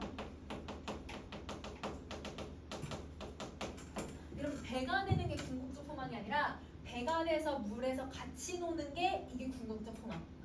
자 그러면 여기 두덩실 덩실 여러분 이거 뭐가 들어간 거야? 음성상징어거든? 그렇지. 음성상징어 아까 세모 표시하기로 했으니까 세모 표시할게요. 자 이제 마지막 부분이야. 한번 보자. 저 달아 보느냐. 여러분 이번에는 또 청자가 달라진 것 같아. 여러분 청자를 지금 누구로 설정하고 있어? 달. 그치? 그러면 자 무슨 편법을 쓰고 있냐면 도노법을 썼고 얘는 사람이 아닌데 의인법을 써서 여러분 청자를 설정을 했는데요. 근데 여러분 이 청자를 설정해서 무슨 목적을 갖고 있냐면 임 계신데 밝음을 빌려서 나도 보고 싶다. 그러니까 지금 여러분 하늘에 달은 여기 높이 떠 있으니까 임이 계신 곳, 화자가 있는 곳을 모두 다 밝게 비춰주잖아. 그러니까 내가 달아 너 혹시 님이 어떻게 계시는지 너 혹시 보이니? 높은 곳에서 나도 보고 싶다. 이런 화자는 바람을 제시하고 있는 거야. 그러면 님을 보고 싶다라고 해서 달을 보면서 뭘 하냐면 소원을 빈 거예요. 그러면 이 달은 기원의 대상이 되는 거죠. 자 그러면 님 계신데 명의를 빌리면 나도 보고 싶다라고 하는 부분은 화자는 님과 함께 있고 싶다라고 하는 여러분 무슨 감정? 소망을 제시하는 거야. 자 그러면 이건 님을 보고 싶다라는 감정이 또 만들어지거든. 여러분 보고 싶다라는 감정은 무슨 감정이에요? 그리움. 그렇지. 여러분 원망을 실컷 해놓고는 결국은 그래도 그리운 거야. 그리운 마음을 제시하고 있다. 자 추월 양명희하니 달이 밝아 보고 도는가. 자 여러분 여기 달이 밝아가지고 아까 여기 위에 달은 기원의 대상이었거든. 근데 이때 달이 너무 밝아서 님이 혹시 못 오나? 라고 생각을 한대요. 얘가 님을 못 오게 하는 뭐예요? 방해물에다 4개 나왔어. 여러분 동그란 표시할 거야. 자 그리고 가을 달이 너무 밝다라고 하는 게 아까 앞에 나왔던 하온이 닭이봉하니 여러분 이제 봄 여러분 여름 여러분 사시에 대한 내용이 나왔잖아. 이게 여러분 그 도연명의 사시의 가을 부분을 인용해 둔 부분이에요.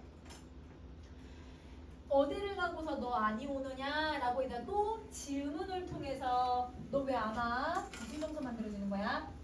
원망. 그치? 자 여러분 여기서 우선 그러면 뭐가 중요하냐면 여러분 지금 동그라미 표시한 방해물들 그리고 여러분 화자가 얘들아 지금 바라는 이런 분신들 있죠. 여러분 뭐랑 비교해서 문제 낼 수 있냐면 그러면 선생님 만분가랑 연결해서 문제 내실 수 있으니까 그렇게 내용 정리해 주면 될 것 같아. 잠깐 쉬고 뒤 것도 한번 볼게요. 이게 뭐냐면 12쪽에 꼽히는 시절을 한번 볼게요.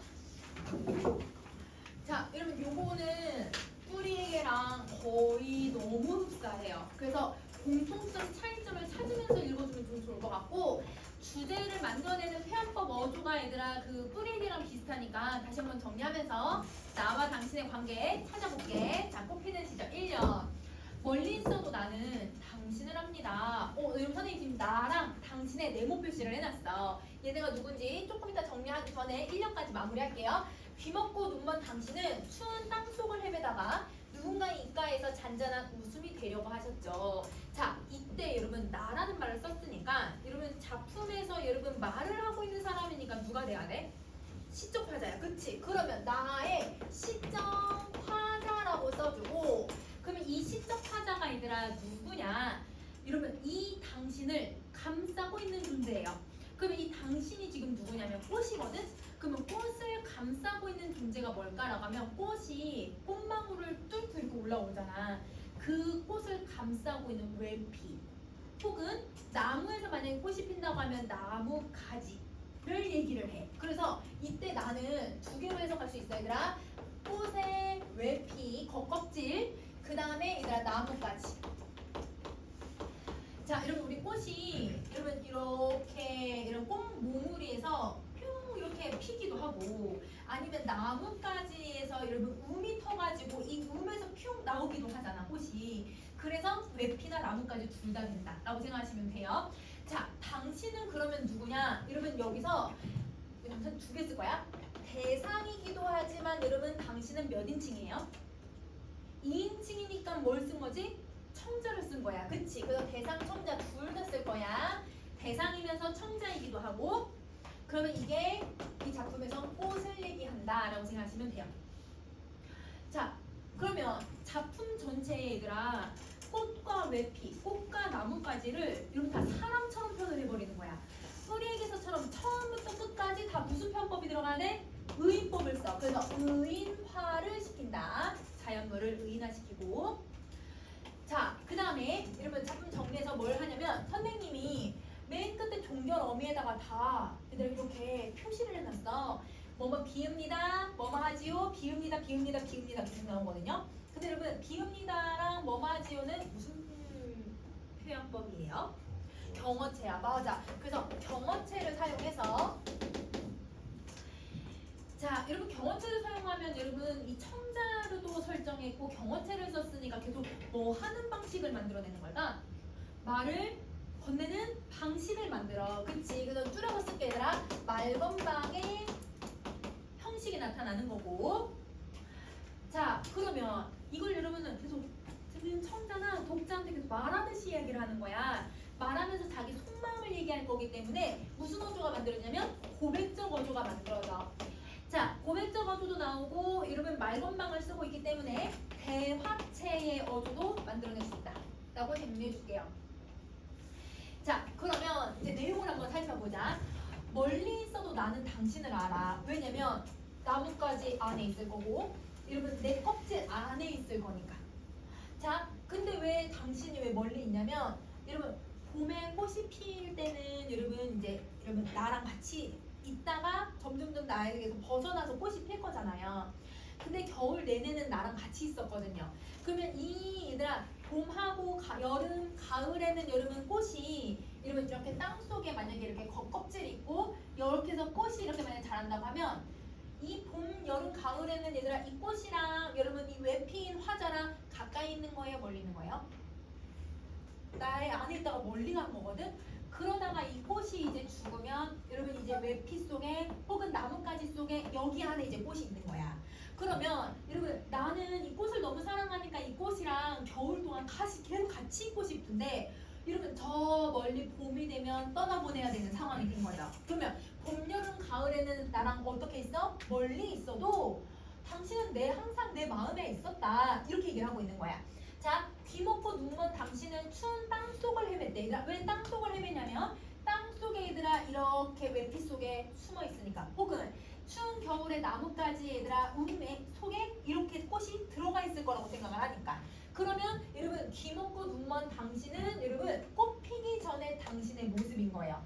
그러면 이거는 여러분 언제냐면 과거의 모습인 거고. 자, 이 과거는 여러분 이제 겨울의 과거라고 생각을 해주면 돼. 겨울의 과거이고 두 개 써야 되는데. 자, 꽃 피기 전에 얘들아 당신의 여러분 이 시련이야. 추운 겨울을 계속 이겨내야만 이런 꽃을 피워낼 수 있다는 거죠. 자, 근데 꽃을 피워내면 누군가의 입가에 웃음이 되려고 했었대. 그러면 여러분 우리 꽃 피면 꽃 너무 예쁘니까 꽃 예쁘다. 사람들한테 다 얘들아 기쁨을 주거든.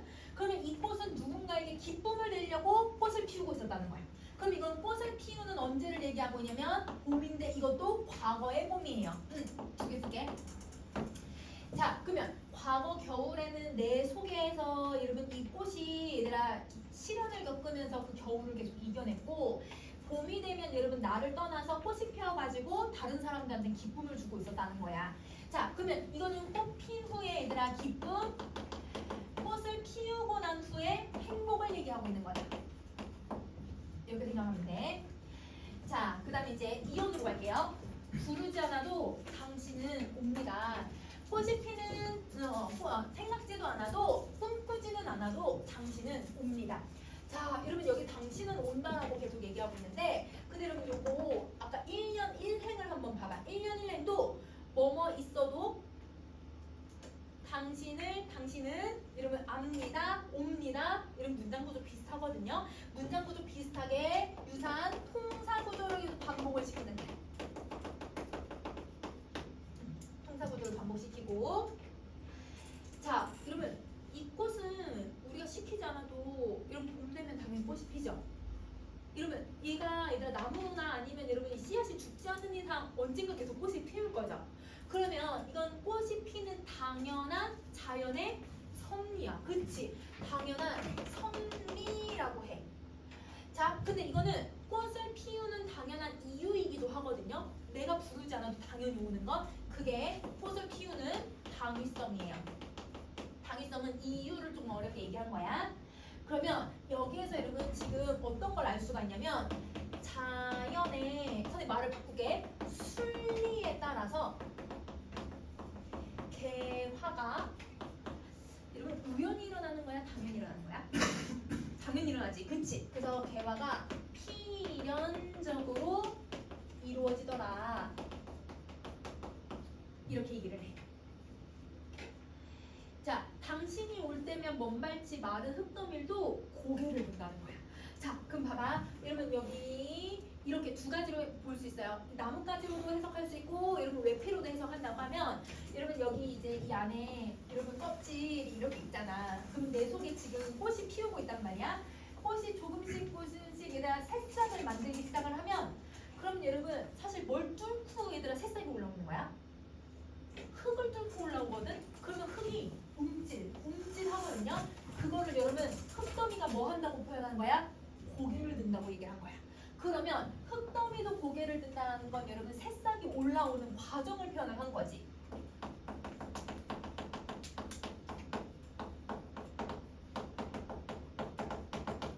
자, 이렇게 봐도 되고요. 만약에 여러분 지금 이걸 나뭇가지로 본다면 나무가 이렇게 뿔이 있어. 그럼 여기 나뭇가지 겨울에 얘들아 이파리도 없이 이렇게 나무가 있는데 여기에 얘들아 지금 꽃 망울들이 이렇게 있는 거잖아. 꽃을 피울 준비를 하고 있는데 여러분 이 흙들이 겨울에서 이제 봄으로 넘어가면 흙이 이제 풀리기 시작을 해요. 흙이 풀리기 시작하면서 흙이 포슬포슬해지거든요. 그러면 그 흙이 포슬포슬해지면서 얘가 고개를 이렇게 든다라고 하는 건 이 꽃을 피울 때 흙이 고개를 들면서 숭배하고 있다. 이렇게 표현할 수도 있어. 그래서 여기 뭐라고 할 거냐면 흙이 고개를 든다는 건 꽃을 피우는 여러분 이 생명에 대해서 숭배하는 걸 뭐라고 하냐면 와 대단하다 경외감을 갖고 있다라고 표현을 해주면 돼. 그러면 자 새싹이 올라오는 과정을 흙더미가 고개를 든다라고 비유했다고 봐도 되고 아니면 여러분 얘가 꽃을 피울 준비를 하고 있으니까 저 생명을 피워내는 아름다움을 보면서 얘가 흙이 고개를 들면서 우와 대단하다 놀라고 있다고 생각하면 돼. 그래서 생명에 대한 경외감을 흙으로 표현했다라고 해도 되고요. 아니면 새싹이 올라오는 과정을 흙에 비유하고 있다. 두 가지 다 해석할 수 있어요. 알겠죠? 자, 그 다음에 당신은 지금 내 안에 있습니다. 그러면 여러분 내 안에 있다라는 건 여러분 지금 꽃을 피웠어요? 꽃을 피우기 전이에요? 피우기 전이죠. 그러면 꽃 피우기 전에 여러분 이 꽃이 어디에 있다는 걸 알 수 있냐면 두 개 쓸 거야. 외피 또는 가지에 있음을 보여주고 있다. 당신은 나를 알지 못하고 나를 벗고 싶어서 몸부림을 치지만 이러면 꽃은 당연히 나를 모르고 나에게서 벗어나야 뭘 피울 수 있어 얘들아? 꽃을 피울 거니까 계속 나를 벗어나고 싶어서 몸부림을 치는 거야. 근데 이거는 여러분 꽃이 뭐 하려고 하는 모습이기도 하냐면 피우려는 개화의 의지이기도 하거든. 그러면 몸부림을 하는 주체가 누구여야 되더라? 꽃이죠. 그러면 이 꽃은 여러분 추운 겨울에 어떤 일이 있어도 얘들아 이 나뭇가지나 외피를 뚫고 나오려고 노력을 하는 거죠. 그러면 강인한 생명력이야. 그치? 그러면 여러분 이 꽃이 뿌리에게서는 약간 누구랑 비슷한 애라고 생각하면 되나? 뿌리지, 그치? 뿌리랑 비슷한 애라고 생각을 해주면 되는 거야. 자, 그 다음에 우리 다음 부분 갈게. 그러면 얘들아 선생님이 안 쓰긴 했는데 여기 의지가 들어가긴 하는데 여기서 그러면 이 꽃이 대상이잖아. 그러면 여러분 여기서 대상의 태도 여러분 예측할 수 있잖아요. 여러분 꽃은 무슨 태도를 가지고 있어요? 계속 여러분 내가 꽃을 피우려는 의지도 있지만 대화를 하고자 하는 아주 강한 여러분 바람이야. 그걸 소망 맞아. 그러면 열망, 소망이라고 생각해도 되지. 그래서 대상은 이런 태도를 가지고 있다. 오케이, 자, 그럼 이제 사연을 가자. 내게서 당신이 떠나갈 때면 내 목은 갈라지고 실핏줄이 쳐지고 내 눈, 내 귀, 거덜난 몸뚱이가 갈갈이 찢어져. 자, 여러분 만약에 외피든 나무든 여러분 이 외피를 뚫고 새싹이 올라와서 꽃을 피울 거잖아요. 내 몸이 갈라져야 꽃을 피워요. 자, 그 다음에 나뭇가지도 여러분 나뭇가지 엄청 단단하잖아. 그 단단한 걸 뚫고 우미 속에서 얘들아 이렇게 꽃을 피워낼 거거든. 그럼 이 꽃은 여러분 꽃이 강하게 얘들아 뚫고 올라오기도 하는 것도 있지만 여러분 내 몸을 찢으면서 얘가 올라오는 거라서 나는 너무 고통스러운 거야. 그러면 여러분 내게서 당신이 떠나간다라는 건 여러분 이건 꽃을 피우는 순간을 얘기하는 거고, 자 여러분 꽃을 피우는 순간을 두 글자로 우리 뭐라고 부르면 될까? 개화거든요. 개화가 바로 이별을 얘기하는 거예요. 나와 당신이 이별하는 순간이죠. 그러면 이 작품은 여러분 지금 자연의 모습과 인간의 모습을 지금 비유해주고 있는 건데, 자연사에서 얘들아 지금 우리 둘이 사랑을 하고 있는 것을 이 사랑이 얘들아 이별을 아이고 미안해. 자 여기서 얘들아 사랑을 하고 있는 걸 사랑하고 있는 존재들이 이별을 하고 있거든. 그러면 사랑과 이별은 인간들이 하는 감정인데 이거를 자연에서는 어떻게 표현을 하고 있어? 사랑은 외피 속에 꽃이 있고 나뭇가지 속에 꽃이 있는 것. 그럼 여러분 꽃 피기 전으로 표현을 하는 거고, 이별은 여러분 무슨 게 얘들아 이별이라고 지금 보면 돼? 개화가. 그렇지. 그러면 자연사를 인간사로 비교해서 표현을 했잖아. 그럼 이 작품은 여러분 전체적으로 여러분 비유법을 썼다라고 봐도 되지만 자연사가 이러니까 인간사도 이러네? 여러분 이거 무슨 서술 방식을 쓰고 있는 거예요? 얘도 이러니까 얘도 이러네? 추 그치. 그래서 자연사를 여러분 가지고서 인간사도 이럴 거다라고 유추하고 있다고 생각을 해주면 돼. 그러니까 작품에서 계속 처음부터 끝까지 얘들아 뭘 쓰냐면 의화를 쓰고 있다. 자, 그 다음 다시 할게요. 여러분 내가 이렇게 고통스럽잖아. 그러면 이 고통스러운 게 얘들 한 가지가 아니었어. 내 목 갈라졌지? 실핏줄 터졌지 두 번째. 내 눈 아프지? 귀 아프지? 몸뚱이 아파. 그럼 여러분 내가 아픈 게 5가지나 돼. 그럼 여러분 이거 무슨 표현법이에요? 열거를 쓰는 거죠. 자, 열거를 하고 이거는 꽃을 피우기 위해서 여러분 내가 얼마나 시련을 겪어야 되는지를 보여줘. 그러면 이건 여러분 화자가 자기 몸을 여러분 내주면서 꽃을 피워주는 거잖아. 그러니까 여러분 화자의 어떤 태도가 잘 들어가냐면 희생. 그치? 자, 그러면 이제 5번째 연으로 가자. 나는 울고 싶고 웃고 싶고 토하고 싶고 벌컥벌컥 물사발을 들이키고 싶고 길길이 날뛰면서. 그럼 여러분 꽃을 그 피울 때 여러분 나는 울고 싶대. 왜일까? 이별하니까요. 왜 웃고 싶을까? 그 꽃은 누군가를 웃게 만드는 존재잖아. 내가 사랑하는 사람이니까. 여러분 왜 나 토하고 싶을까?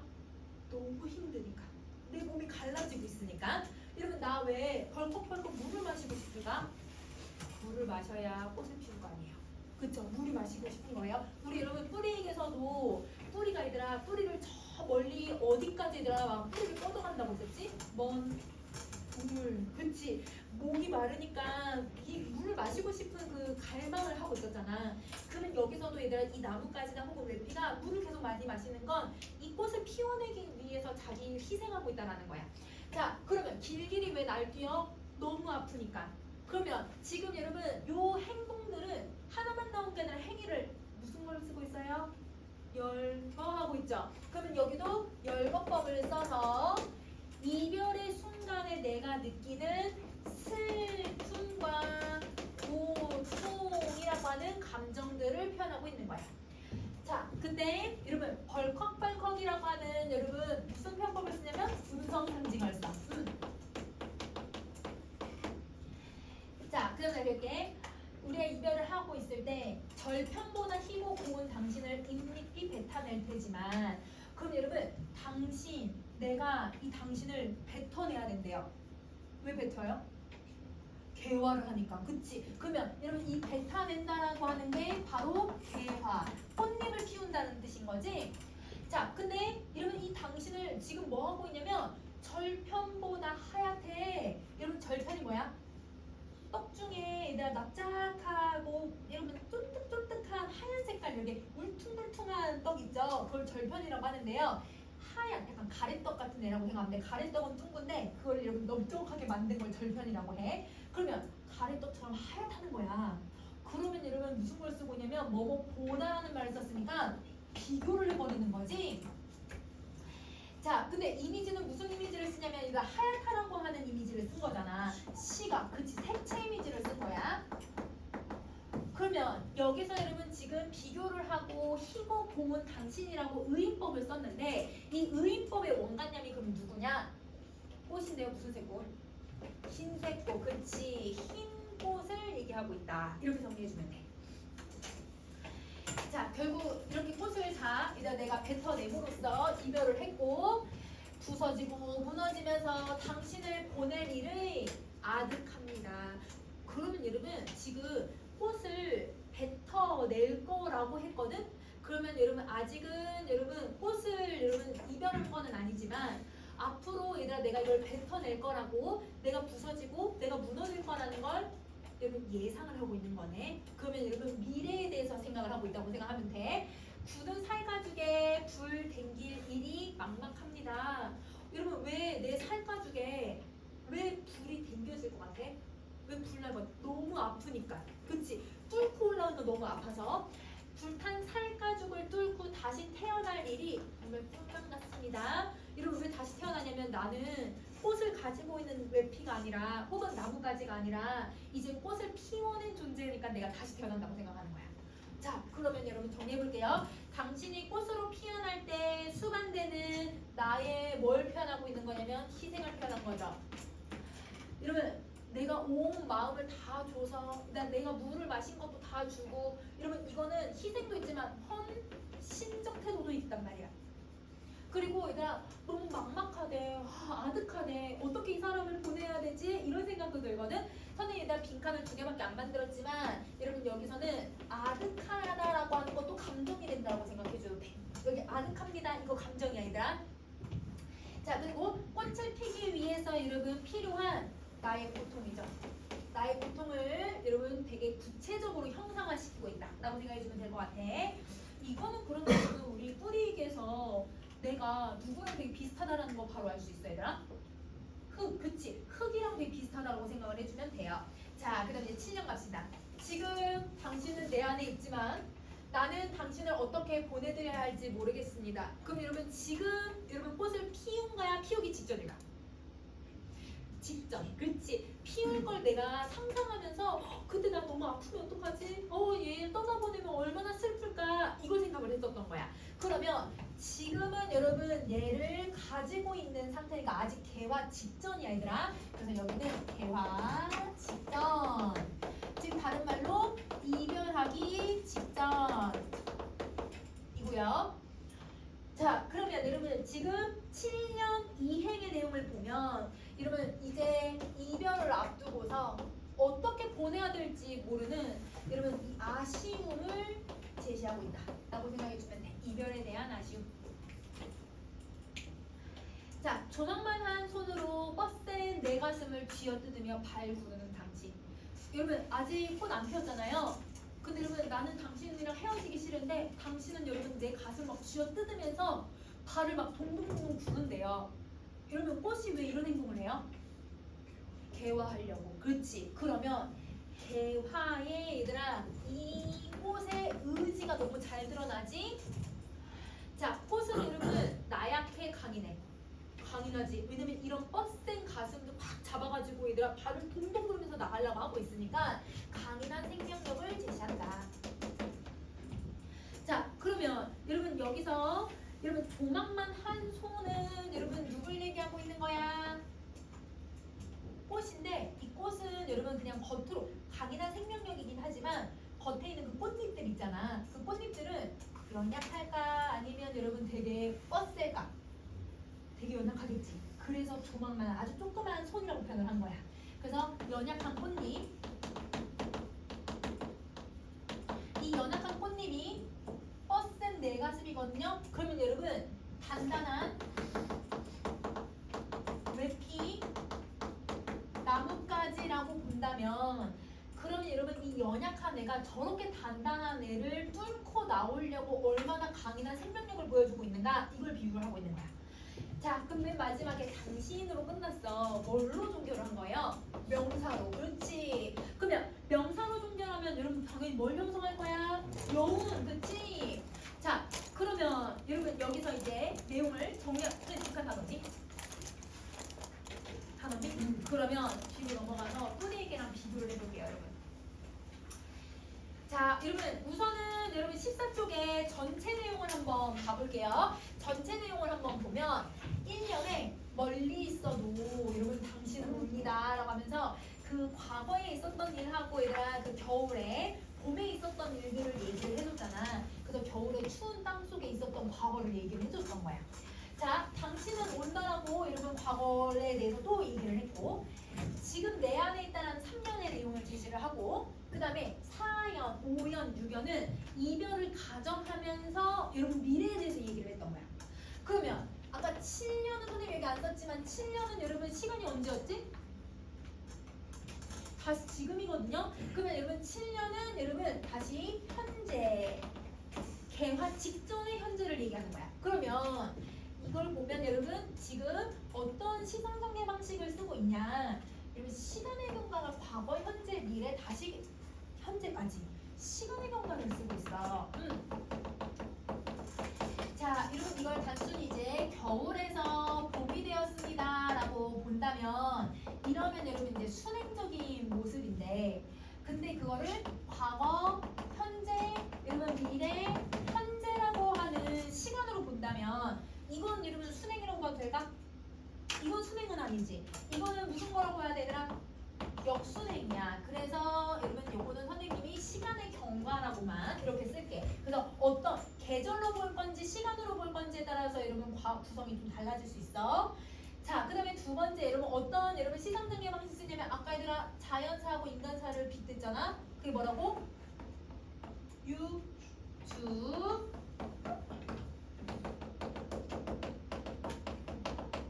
자연사랑 인간사를 여러분 유추해서 제시를 했고요. 자, 그 다음에 여러분 여기는 특이한 게 계속 이별의 상황을 가정을 쓰고 있다는 거야. 그래서 이별의 상황을 가정하고 있다.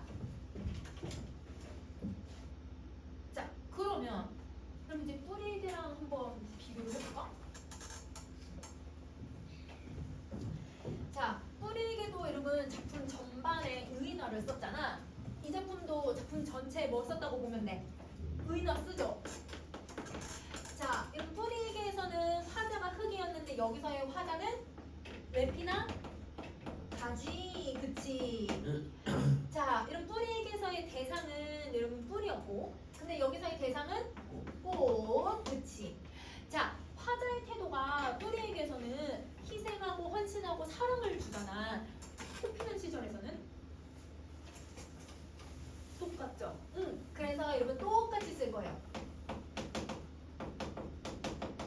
그러면 이런 뿌리개랑 꽃피는 시절은 지금 거의 얘들아 흡사하다라는 거 알 수 있겠지? 자, 여러분 구성에 뿌리개에서도 되게 다양한 구성이 있었는데 선생님 지금 순환적 구조를 가지고 왔거든? 자, 순환적 구조라는 걸 여러분 뿌리개에서는 어떻게 알았지? 흙이 연약했는데 여러분들 매는 탁탁해졌다가 다시 어떻게 될 거라고 생각, 다시 좋아질 거라고 가정을 하니까 순환이 나타났잖아. 얘는 이제 흙의 상태로 여러분 자연의 순환을 얘기를 했거든. 근데 여러분 이 글에서 고민을 많이 해보셔야 돼요. 이 글에서는 순환적인 구성이 나타날까요? 안 나타날까요? 자, 직접적으로 얘들아 시간이 과거, 현재, 미래, 현재 이렇게 해서 다시 여러분 원래로 돌아간다라고 하는 말은 없지만, 근데 여러분 꽃이 피고 꽃이 피울 때 아플 거라는 거 내가 어떻게 알지? 이거 순환되는 거야. 맞아. 경험해본 거거든. 작년에도 경험해봤고 재작년에도 경험해봤고 그 전에도 경험을 해봤으니까 이걸 아는 거야. 작품에 직접적으로 순환을 쓰고 있다 얘처럼 얘가 흙의 상태가 얘가 순환된다라고 하는 이런 내용은 없지만 우리가 문맥적으로 얘가 왜 고통을 알까? 얘가 왜 이별에 대해서 당신의 내 안에 있다가 떠날 거라는 걸 어떻게 알고 있을까? 이거는 여러분 순환적인 여러분 인식이 있는 거예요. 그러니까 구조는 아니지만 순환적인 인식은 제시되고 있다. 이렇게 정리할 거야. 그래서 여러분 이 두 작품이 왜 같이 묶여서 얘가 예전에도 시험에 나온 적이 있었는데 그때가 다 이 구성을 물어보기 위해서라고 생각을 해주면 돼. 근데 이제 차이점을 한번 들어보자.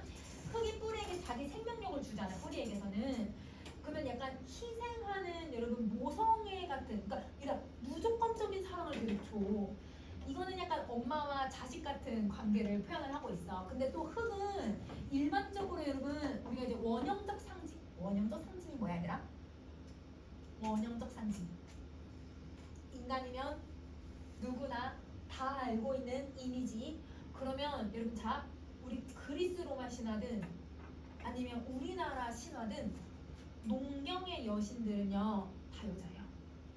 그러니까 여러분 농경은 흙과 관련되어 있잖아요. 그러니까 흙이 얘들아 이런 원형적 상징이나 사람들이 갖고 있는 보편적인 인식이 어머니라고 하는 이미지로 표현을 하거든. 그래서 흙이 가지고 있는 여러분 이런 보편적인 상징이라고 선생님 쓸게 얘들아.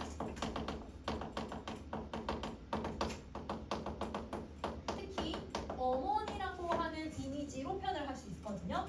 그래서 모성애가 잘 드러난다라고 표현을 하는데 여기서는 여러분 엄마와 자식 간의 관계가 아니지. 그럼 누구하고 누구의 관계야? 사랑하는 연인의 관계로 표현을 하고 있단 말이에요. 그래서 개화의 과정이 당신이 나를 떠나는 이별의 상황으로 표현을 해서 이거는 정말 얘들아 모성애나 이런 게 아니라 연인 관계를 표현을 하고 있다. 이렇게 정리할 수 있어. 그러면 여러분 뿌리에게와 공통점이 많지만 이런 주제를 만들어내는 상황 자체는 좀 차이가 있다라고 생각해 주면 되겠지? 말을 건네는 방식도 비슷하죠? 이런 표현법도 비슷한 구절 반복하는 것도 비슷하죠? 그러면서 여러분 말을 건네는 방식이나 이런 청자 설정하는 거 다 비슷하니까 여러분 공통점으로 기억을 해서 이런 표현법 정리해주면 될 것 같아. 이거 좀 다 했어 얘들아?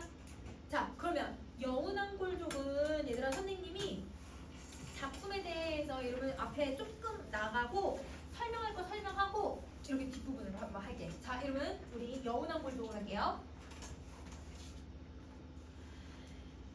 여러분 혹시 백성의 작품 여러분 뭐 배워봤지 얘들아? 국수? 그치 국수 배웠었지 맞아. 그때도 여러분 사투리나 공동체의 삶을 되게 강조를 했잖아. 이 여운왕골족도 마찬가지야. 그래서 이 백성의 특징이 너무 잘 드러나는 작품인데요. 자 제목이 뭐냐면 여우가 나타나는 고을 마을에 사는 가족들이라는 뜻이야. 그러니까 여우난이라고 하는 게 뭐냐면 여러분 마을 이름이라고 생각하면 돼. 진짜 여우가 나타나는 게 아니라 여러분 이거는 마을 이름. 그러면 여러분 여운왕골 여러분 우리 노형동 이렇게 하잖아. 노형동에 사는 가족 이런 뜻이야. 여운왕골의 가족이라는 뜻이에요. 그러면 이 가족이 여러분 바로 백석이 중요시 여겼던 공동체의 삶을 보여주는 여러분 대상이라고 생각하시면 돼요. 자 그러면 백석은 여러분 사투리를 엄청 많이 쓸 거란 말이야. 그래서 여기서는 여러분 사투리의 효과를 알고 있어야 해. 자 어떤 사투리를 쓸 거냐면 얘들아 평안도 사투리를 써요. 자 평안도 사투리를 사용했을 때 얻을 수 있는 효과 4가지가 있는데 우선 첫 번째 여러분 아무래도 도시의 느낌보다는 시골 토속적이고 향토적인 느낌을 만들어내는 거야. 그래서 토속적 전 2개 쓸 거야. 향토적 분위기를 만든다. 토속적 향토적 분위기 만든다. 자 여러분 그냥 표준어보다 우리가 글에서 쓰는 방식보다 실제로 사투리를 좀 써야 이런 뭔가 진짜 살아있는 것 같은 느낌을 만들어내요. 진짜 인간이 이렇게 살아가는 거구나 라고 보여주는 거라서 생동감을 만들어낸다. 자, 그리고 진짜 얘들아 이 지역에선 이렇게 얘기할 것 같잖아. 그래서 사투리는 여러분 어떤 작품에서 쓰인다 하더라도 생동감과 사실성, 현장감 다 만들 수 있다고 생각하면 돼. 자, 근데 이 작품에서는 가족에 대한 이야기를 할 거야. 그리고 명절날에 대해서 얘기를 할 거거든. 그러니까 되게 정겨운 모습이 너무 잘 드러나는데 그게 토속적인 이미지를 갖고 있는 사투리랑 결합이 돼서 정겨운 이미지가 더 만들어지는 거예요. 그래서 정겨운 분위기를 형성한다. 이거는 여러분 이 작품만에 갖고 있는 특징. 자, 1번부터 3번까지는 여러분 사투리를 쓰는 모든 작품에서 쓰이는 특징. 4번은 이 작품에서만 쓰이는 특징. 자, 그러면 1년 한번 가보자 얘들아.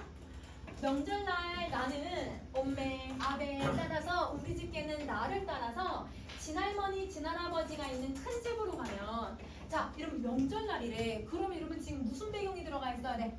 시간. 그렇지. 자, 그러면 여러분 여기서 엄매, 아베 여러분 지금 뭘 사용하고 있냐면 이런 게 사투리죠. 그쵸? 자, 그리고 친할머니, 친할아버지가 뭐냐면 친할머니, 친할아버지 사투리야. 그러면 여러분 친할머니, 친할아버지라고 했으니까 이것도 사투리. 자, 가족이 모여있는 큰 집으로 갔대. 그럼 여러분 이 큰 집이 바로 얘들아 무슨 배경이 돼야 돼? 공간적 배경이죠. 그러면 상황적 배경을 보면 여러분 우리 뭘 새로 얘들아 큰 집에 모이기 시작을 하는 거냐면 명절을 새기 위해서 여러분 사람들이 모이기 시작을 하더라. 근데 여러분 큰할머니, 친할머니, 친할아버지네 집에 간다라고 하니까 여러분 우리 명절날 큰 집에 갈 때 여러분 늦게 가요? 큰 집은 제일 먼저 가죠. 아침부터 가죠. 그러면 여러분 이때 얘들아 시간은 명절날이긴 한데 명절날에서도 아침이라고 하는 시간이다 라고 생각을 해줘야 돼. 그래서 선생님 여기 안 썼지만 명절날 아침을 얘기한다 이렇게 정리해 줄 거야. 자, 이형 가세요. 얼굴에 별자국이 솜솜난 말수와 같이 눈도 껌뻑껌뻑대는 자, 이러면 이 한 사람에 대해서 묘사를 해줄 건데 이 사람은 얘들아 얼굴에 여러분 천연두 자국이 잔뜩 나 있어. 그러니까 얼굴에 공보 자국이 있는 거야. 자, 생김새를 묘사를 해주고 그리고 눈이 껌뻑껌뻑한데 그러니까 뭔가 말을 시키면 말을 안 하고 계속 눈만 이렇게 뜨는 거야. 그러니까 약간 성격이 어눌한 성격이구나라는 걸 알 수 있어. 그래서 선생님이 안 썼지만 어눌하구나. 자, 그리고 하루에 배 한 피를 짠대요. 여러분 배 한 피를 짜려면요 거의 얘들아 열 몇 시간을 일을 해야 돼요. 그러면 여러분 어눌하기는 하지만 매일같이 성실하게 얘들아 배를 짜는 거예요. 그럼 되게 성실하고 우직한 사람이구나 라는 걸 알 수 있게 해주는 거지. 자, 벌 하나. 얘들아 벌이 뭐냐면 저 벌판, 들판이야 들판. 자, 들판 하나 건너 집에 복숭아 나무가 많은 신리라고 하는 마을에 살고 있는 고모. 여러분 고모를 사투리로 고무라고 한대 이 평안도에서는. 그래서 여러분 고모의 딸 이녀, 작은 이녀. 자, 그러면 여러분 고모가 온 거예요 집에. 누굴 데리고 오냐면 여러분 내 사촌들을 데리고 온 거예요. 근데 여러분 왜 이녀라는 말을 쓰냐면 여러분 우리 이름을 안 붙인 게 아니라 여러분 이 평안도 지역에서는 여러분 이제 성을 따가지고 거기에 여자 남자라고 하는 성별을 나타내주는 말을 붙여서 애칭처럼 부르더래. 그래서 여러분 이씨 성을 가지고 있는 사촌들이라는 의미라고 생각을 해주면 돼. 그러면 여러분 이건 이씨 성을 딴 사촌들. 자, 그러면 여러분 신리에 사는 고모가 집에 왔는데 고모의 딸들을 데리고 고모가 집에 왔어요. 그러면 이 고모의 생김새, 성격 여러분 묘사를 해주고 있는 거죠. 근데 고모의 성격을 직접적으로 제시해요? 아니면 간접적으로 제시해요? 간접적으로 제시하죠. 그쵸? 그럼 여러분 여기서 이런 성격을 여러분 제시할 때 간접적 제시를 사용한 거고 자, 여러분 소설에서 이렇게 성격을 간접적 제시를 통해서 보여주고 있다고 하면 여러분 이건 말하기 방식이야? 아니면 보여주기 방식이야? 보여주기 방식이지, 그치? 이 글은 여러분 약간 소설처럼, 여러분 국수할 때도 했지만 여러분 약간 소설처럼 산문처럼 쓰고 있는 글이라서 소설에 쓰이는 기법들이 나타나고 있다고 생각해주면 돼. 자, 그 다음 할게요. 16세 40이 넘은 호랑이의 훔쳐가는 포도독하니 성이 잘 나는 살빛이 메감탕 같은 입술과 젖꼭지는 더 까만 예수쟁이 마을 가까이 사는 토산에 사는 고모의 딸 승려, 아들 승동이. 그럼 여러분 또 다른 고모에 대해서 이제 설명을 하는데, 고모가 얘들아 16살인데 얘들아 몇 살이랑 결혼을 했대? 40살 되는 남자랑 24살 차이 나는 여러분 남자랑 결혼을 했대. 그래서 여러분 성격이 어떻게 얘들아? 포도족하나요? 뾰족하래. 성격이 뾰족하고 화를 잘 내더래. 그러면 성격이 여러분 약간 좀 예민한 사람이구나 라는 걸 알 수 있게 해줘. 자, 그 다음에 여러분 살빛이 여러분 조금 까무잡잡한가 봐요. 그래서 여러분 매감탕이 뭐냐면 여러분 엿은 설탕 같은 걸 이렇게 고아낸 건데, 그게 얘들아 이 고아낸 단물이 검은색이거든요. 그래서 피부가 아마 까무잡잡한 것 같아요. 그걸 여러분 매감탕 같은이라고 표현을 했거든. 그럼 여러분 이거 무슨 표현법이야? 지규. 그러면 그게 까맣다라는 표현을 넣은 순간 여러분 무슨 이미지를 썼어? 시각색채, 그치? 그러면 여러분 이런 이미지와 표현법으로 여러분 이제 두 번째 고모에 대해서 설명을 한 거지.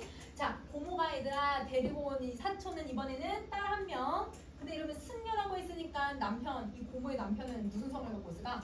승씨야, 그렇지? 그러면 아들 승동이. 이렇게 데리고 온 거예요. 자, 그 다음에 융심리라고 해서 파랗게 보이는 산을 넘어 있다는 해변에서 과부가 된 코끝이 빨간. 여러분 왜 코끝이 빨가냐면 너무 많이 울어서. 왜 울까 얘들아? 과부 됐으니까 너무 많이 울어서. 또 근데 하얀색 옷을 입어서 여러분 깨끗하게 정화된 깨끗하고 정갈하게 말끝에 항상 서러워서 눈물을 짤 때가 많은. 여러분 눈물을 왜 많이 짜냐면 여러분 이 사람이 뭐가 되었으니까? 과부가 되었으니까. 그래서 여러분 과부의 그 한을 이렇게 묘사를 해주고 있는 거예요.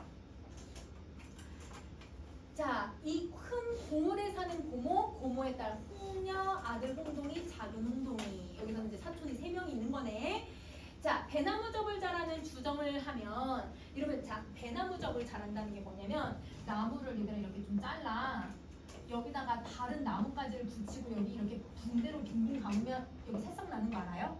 그걸 접붙인다라고 하거든요. 그러면 여러분 나 배나무 접을 잘 붙이는 삼촌.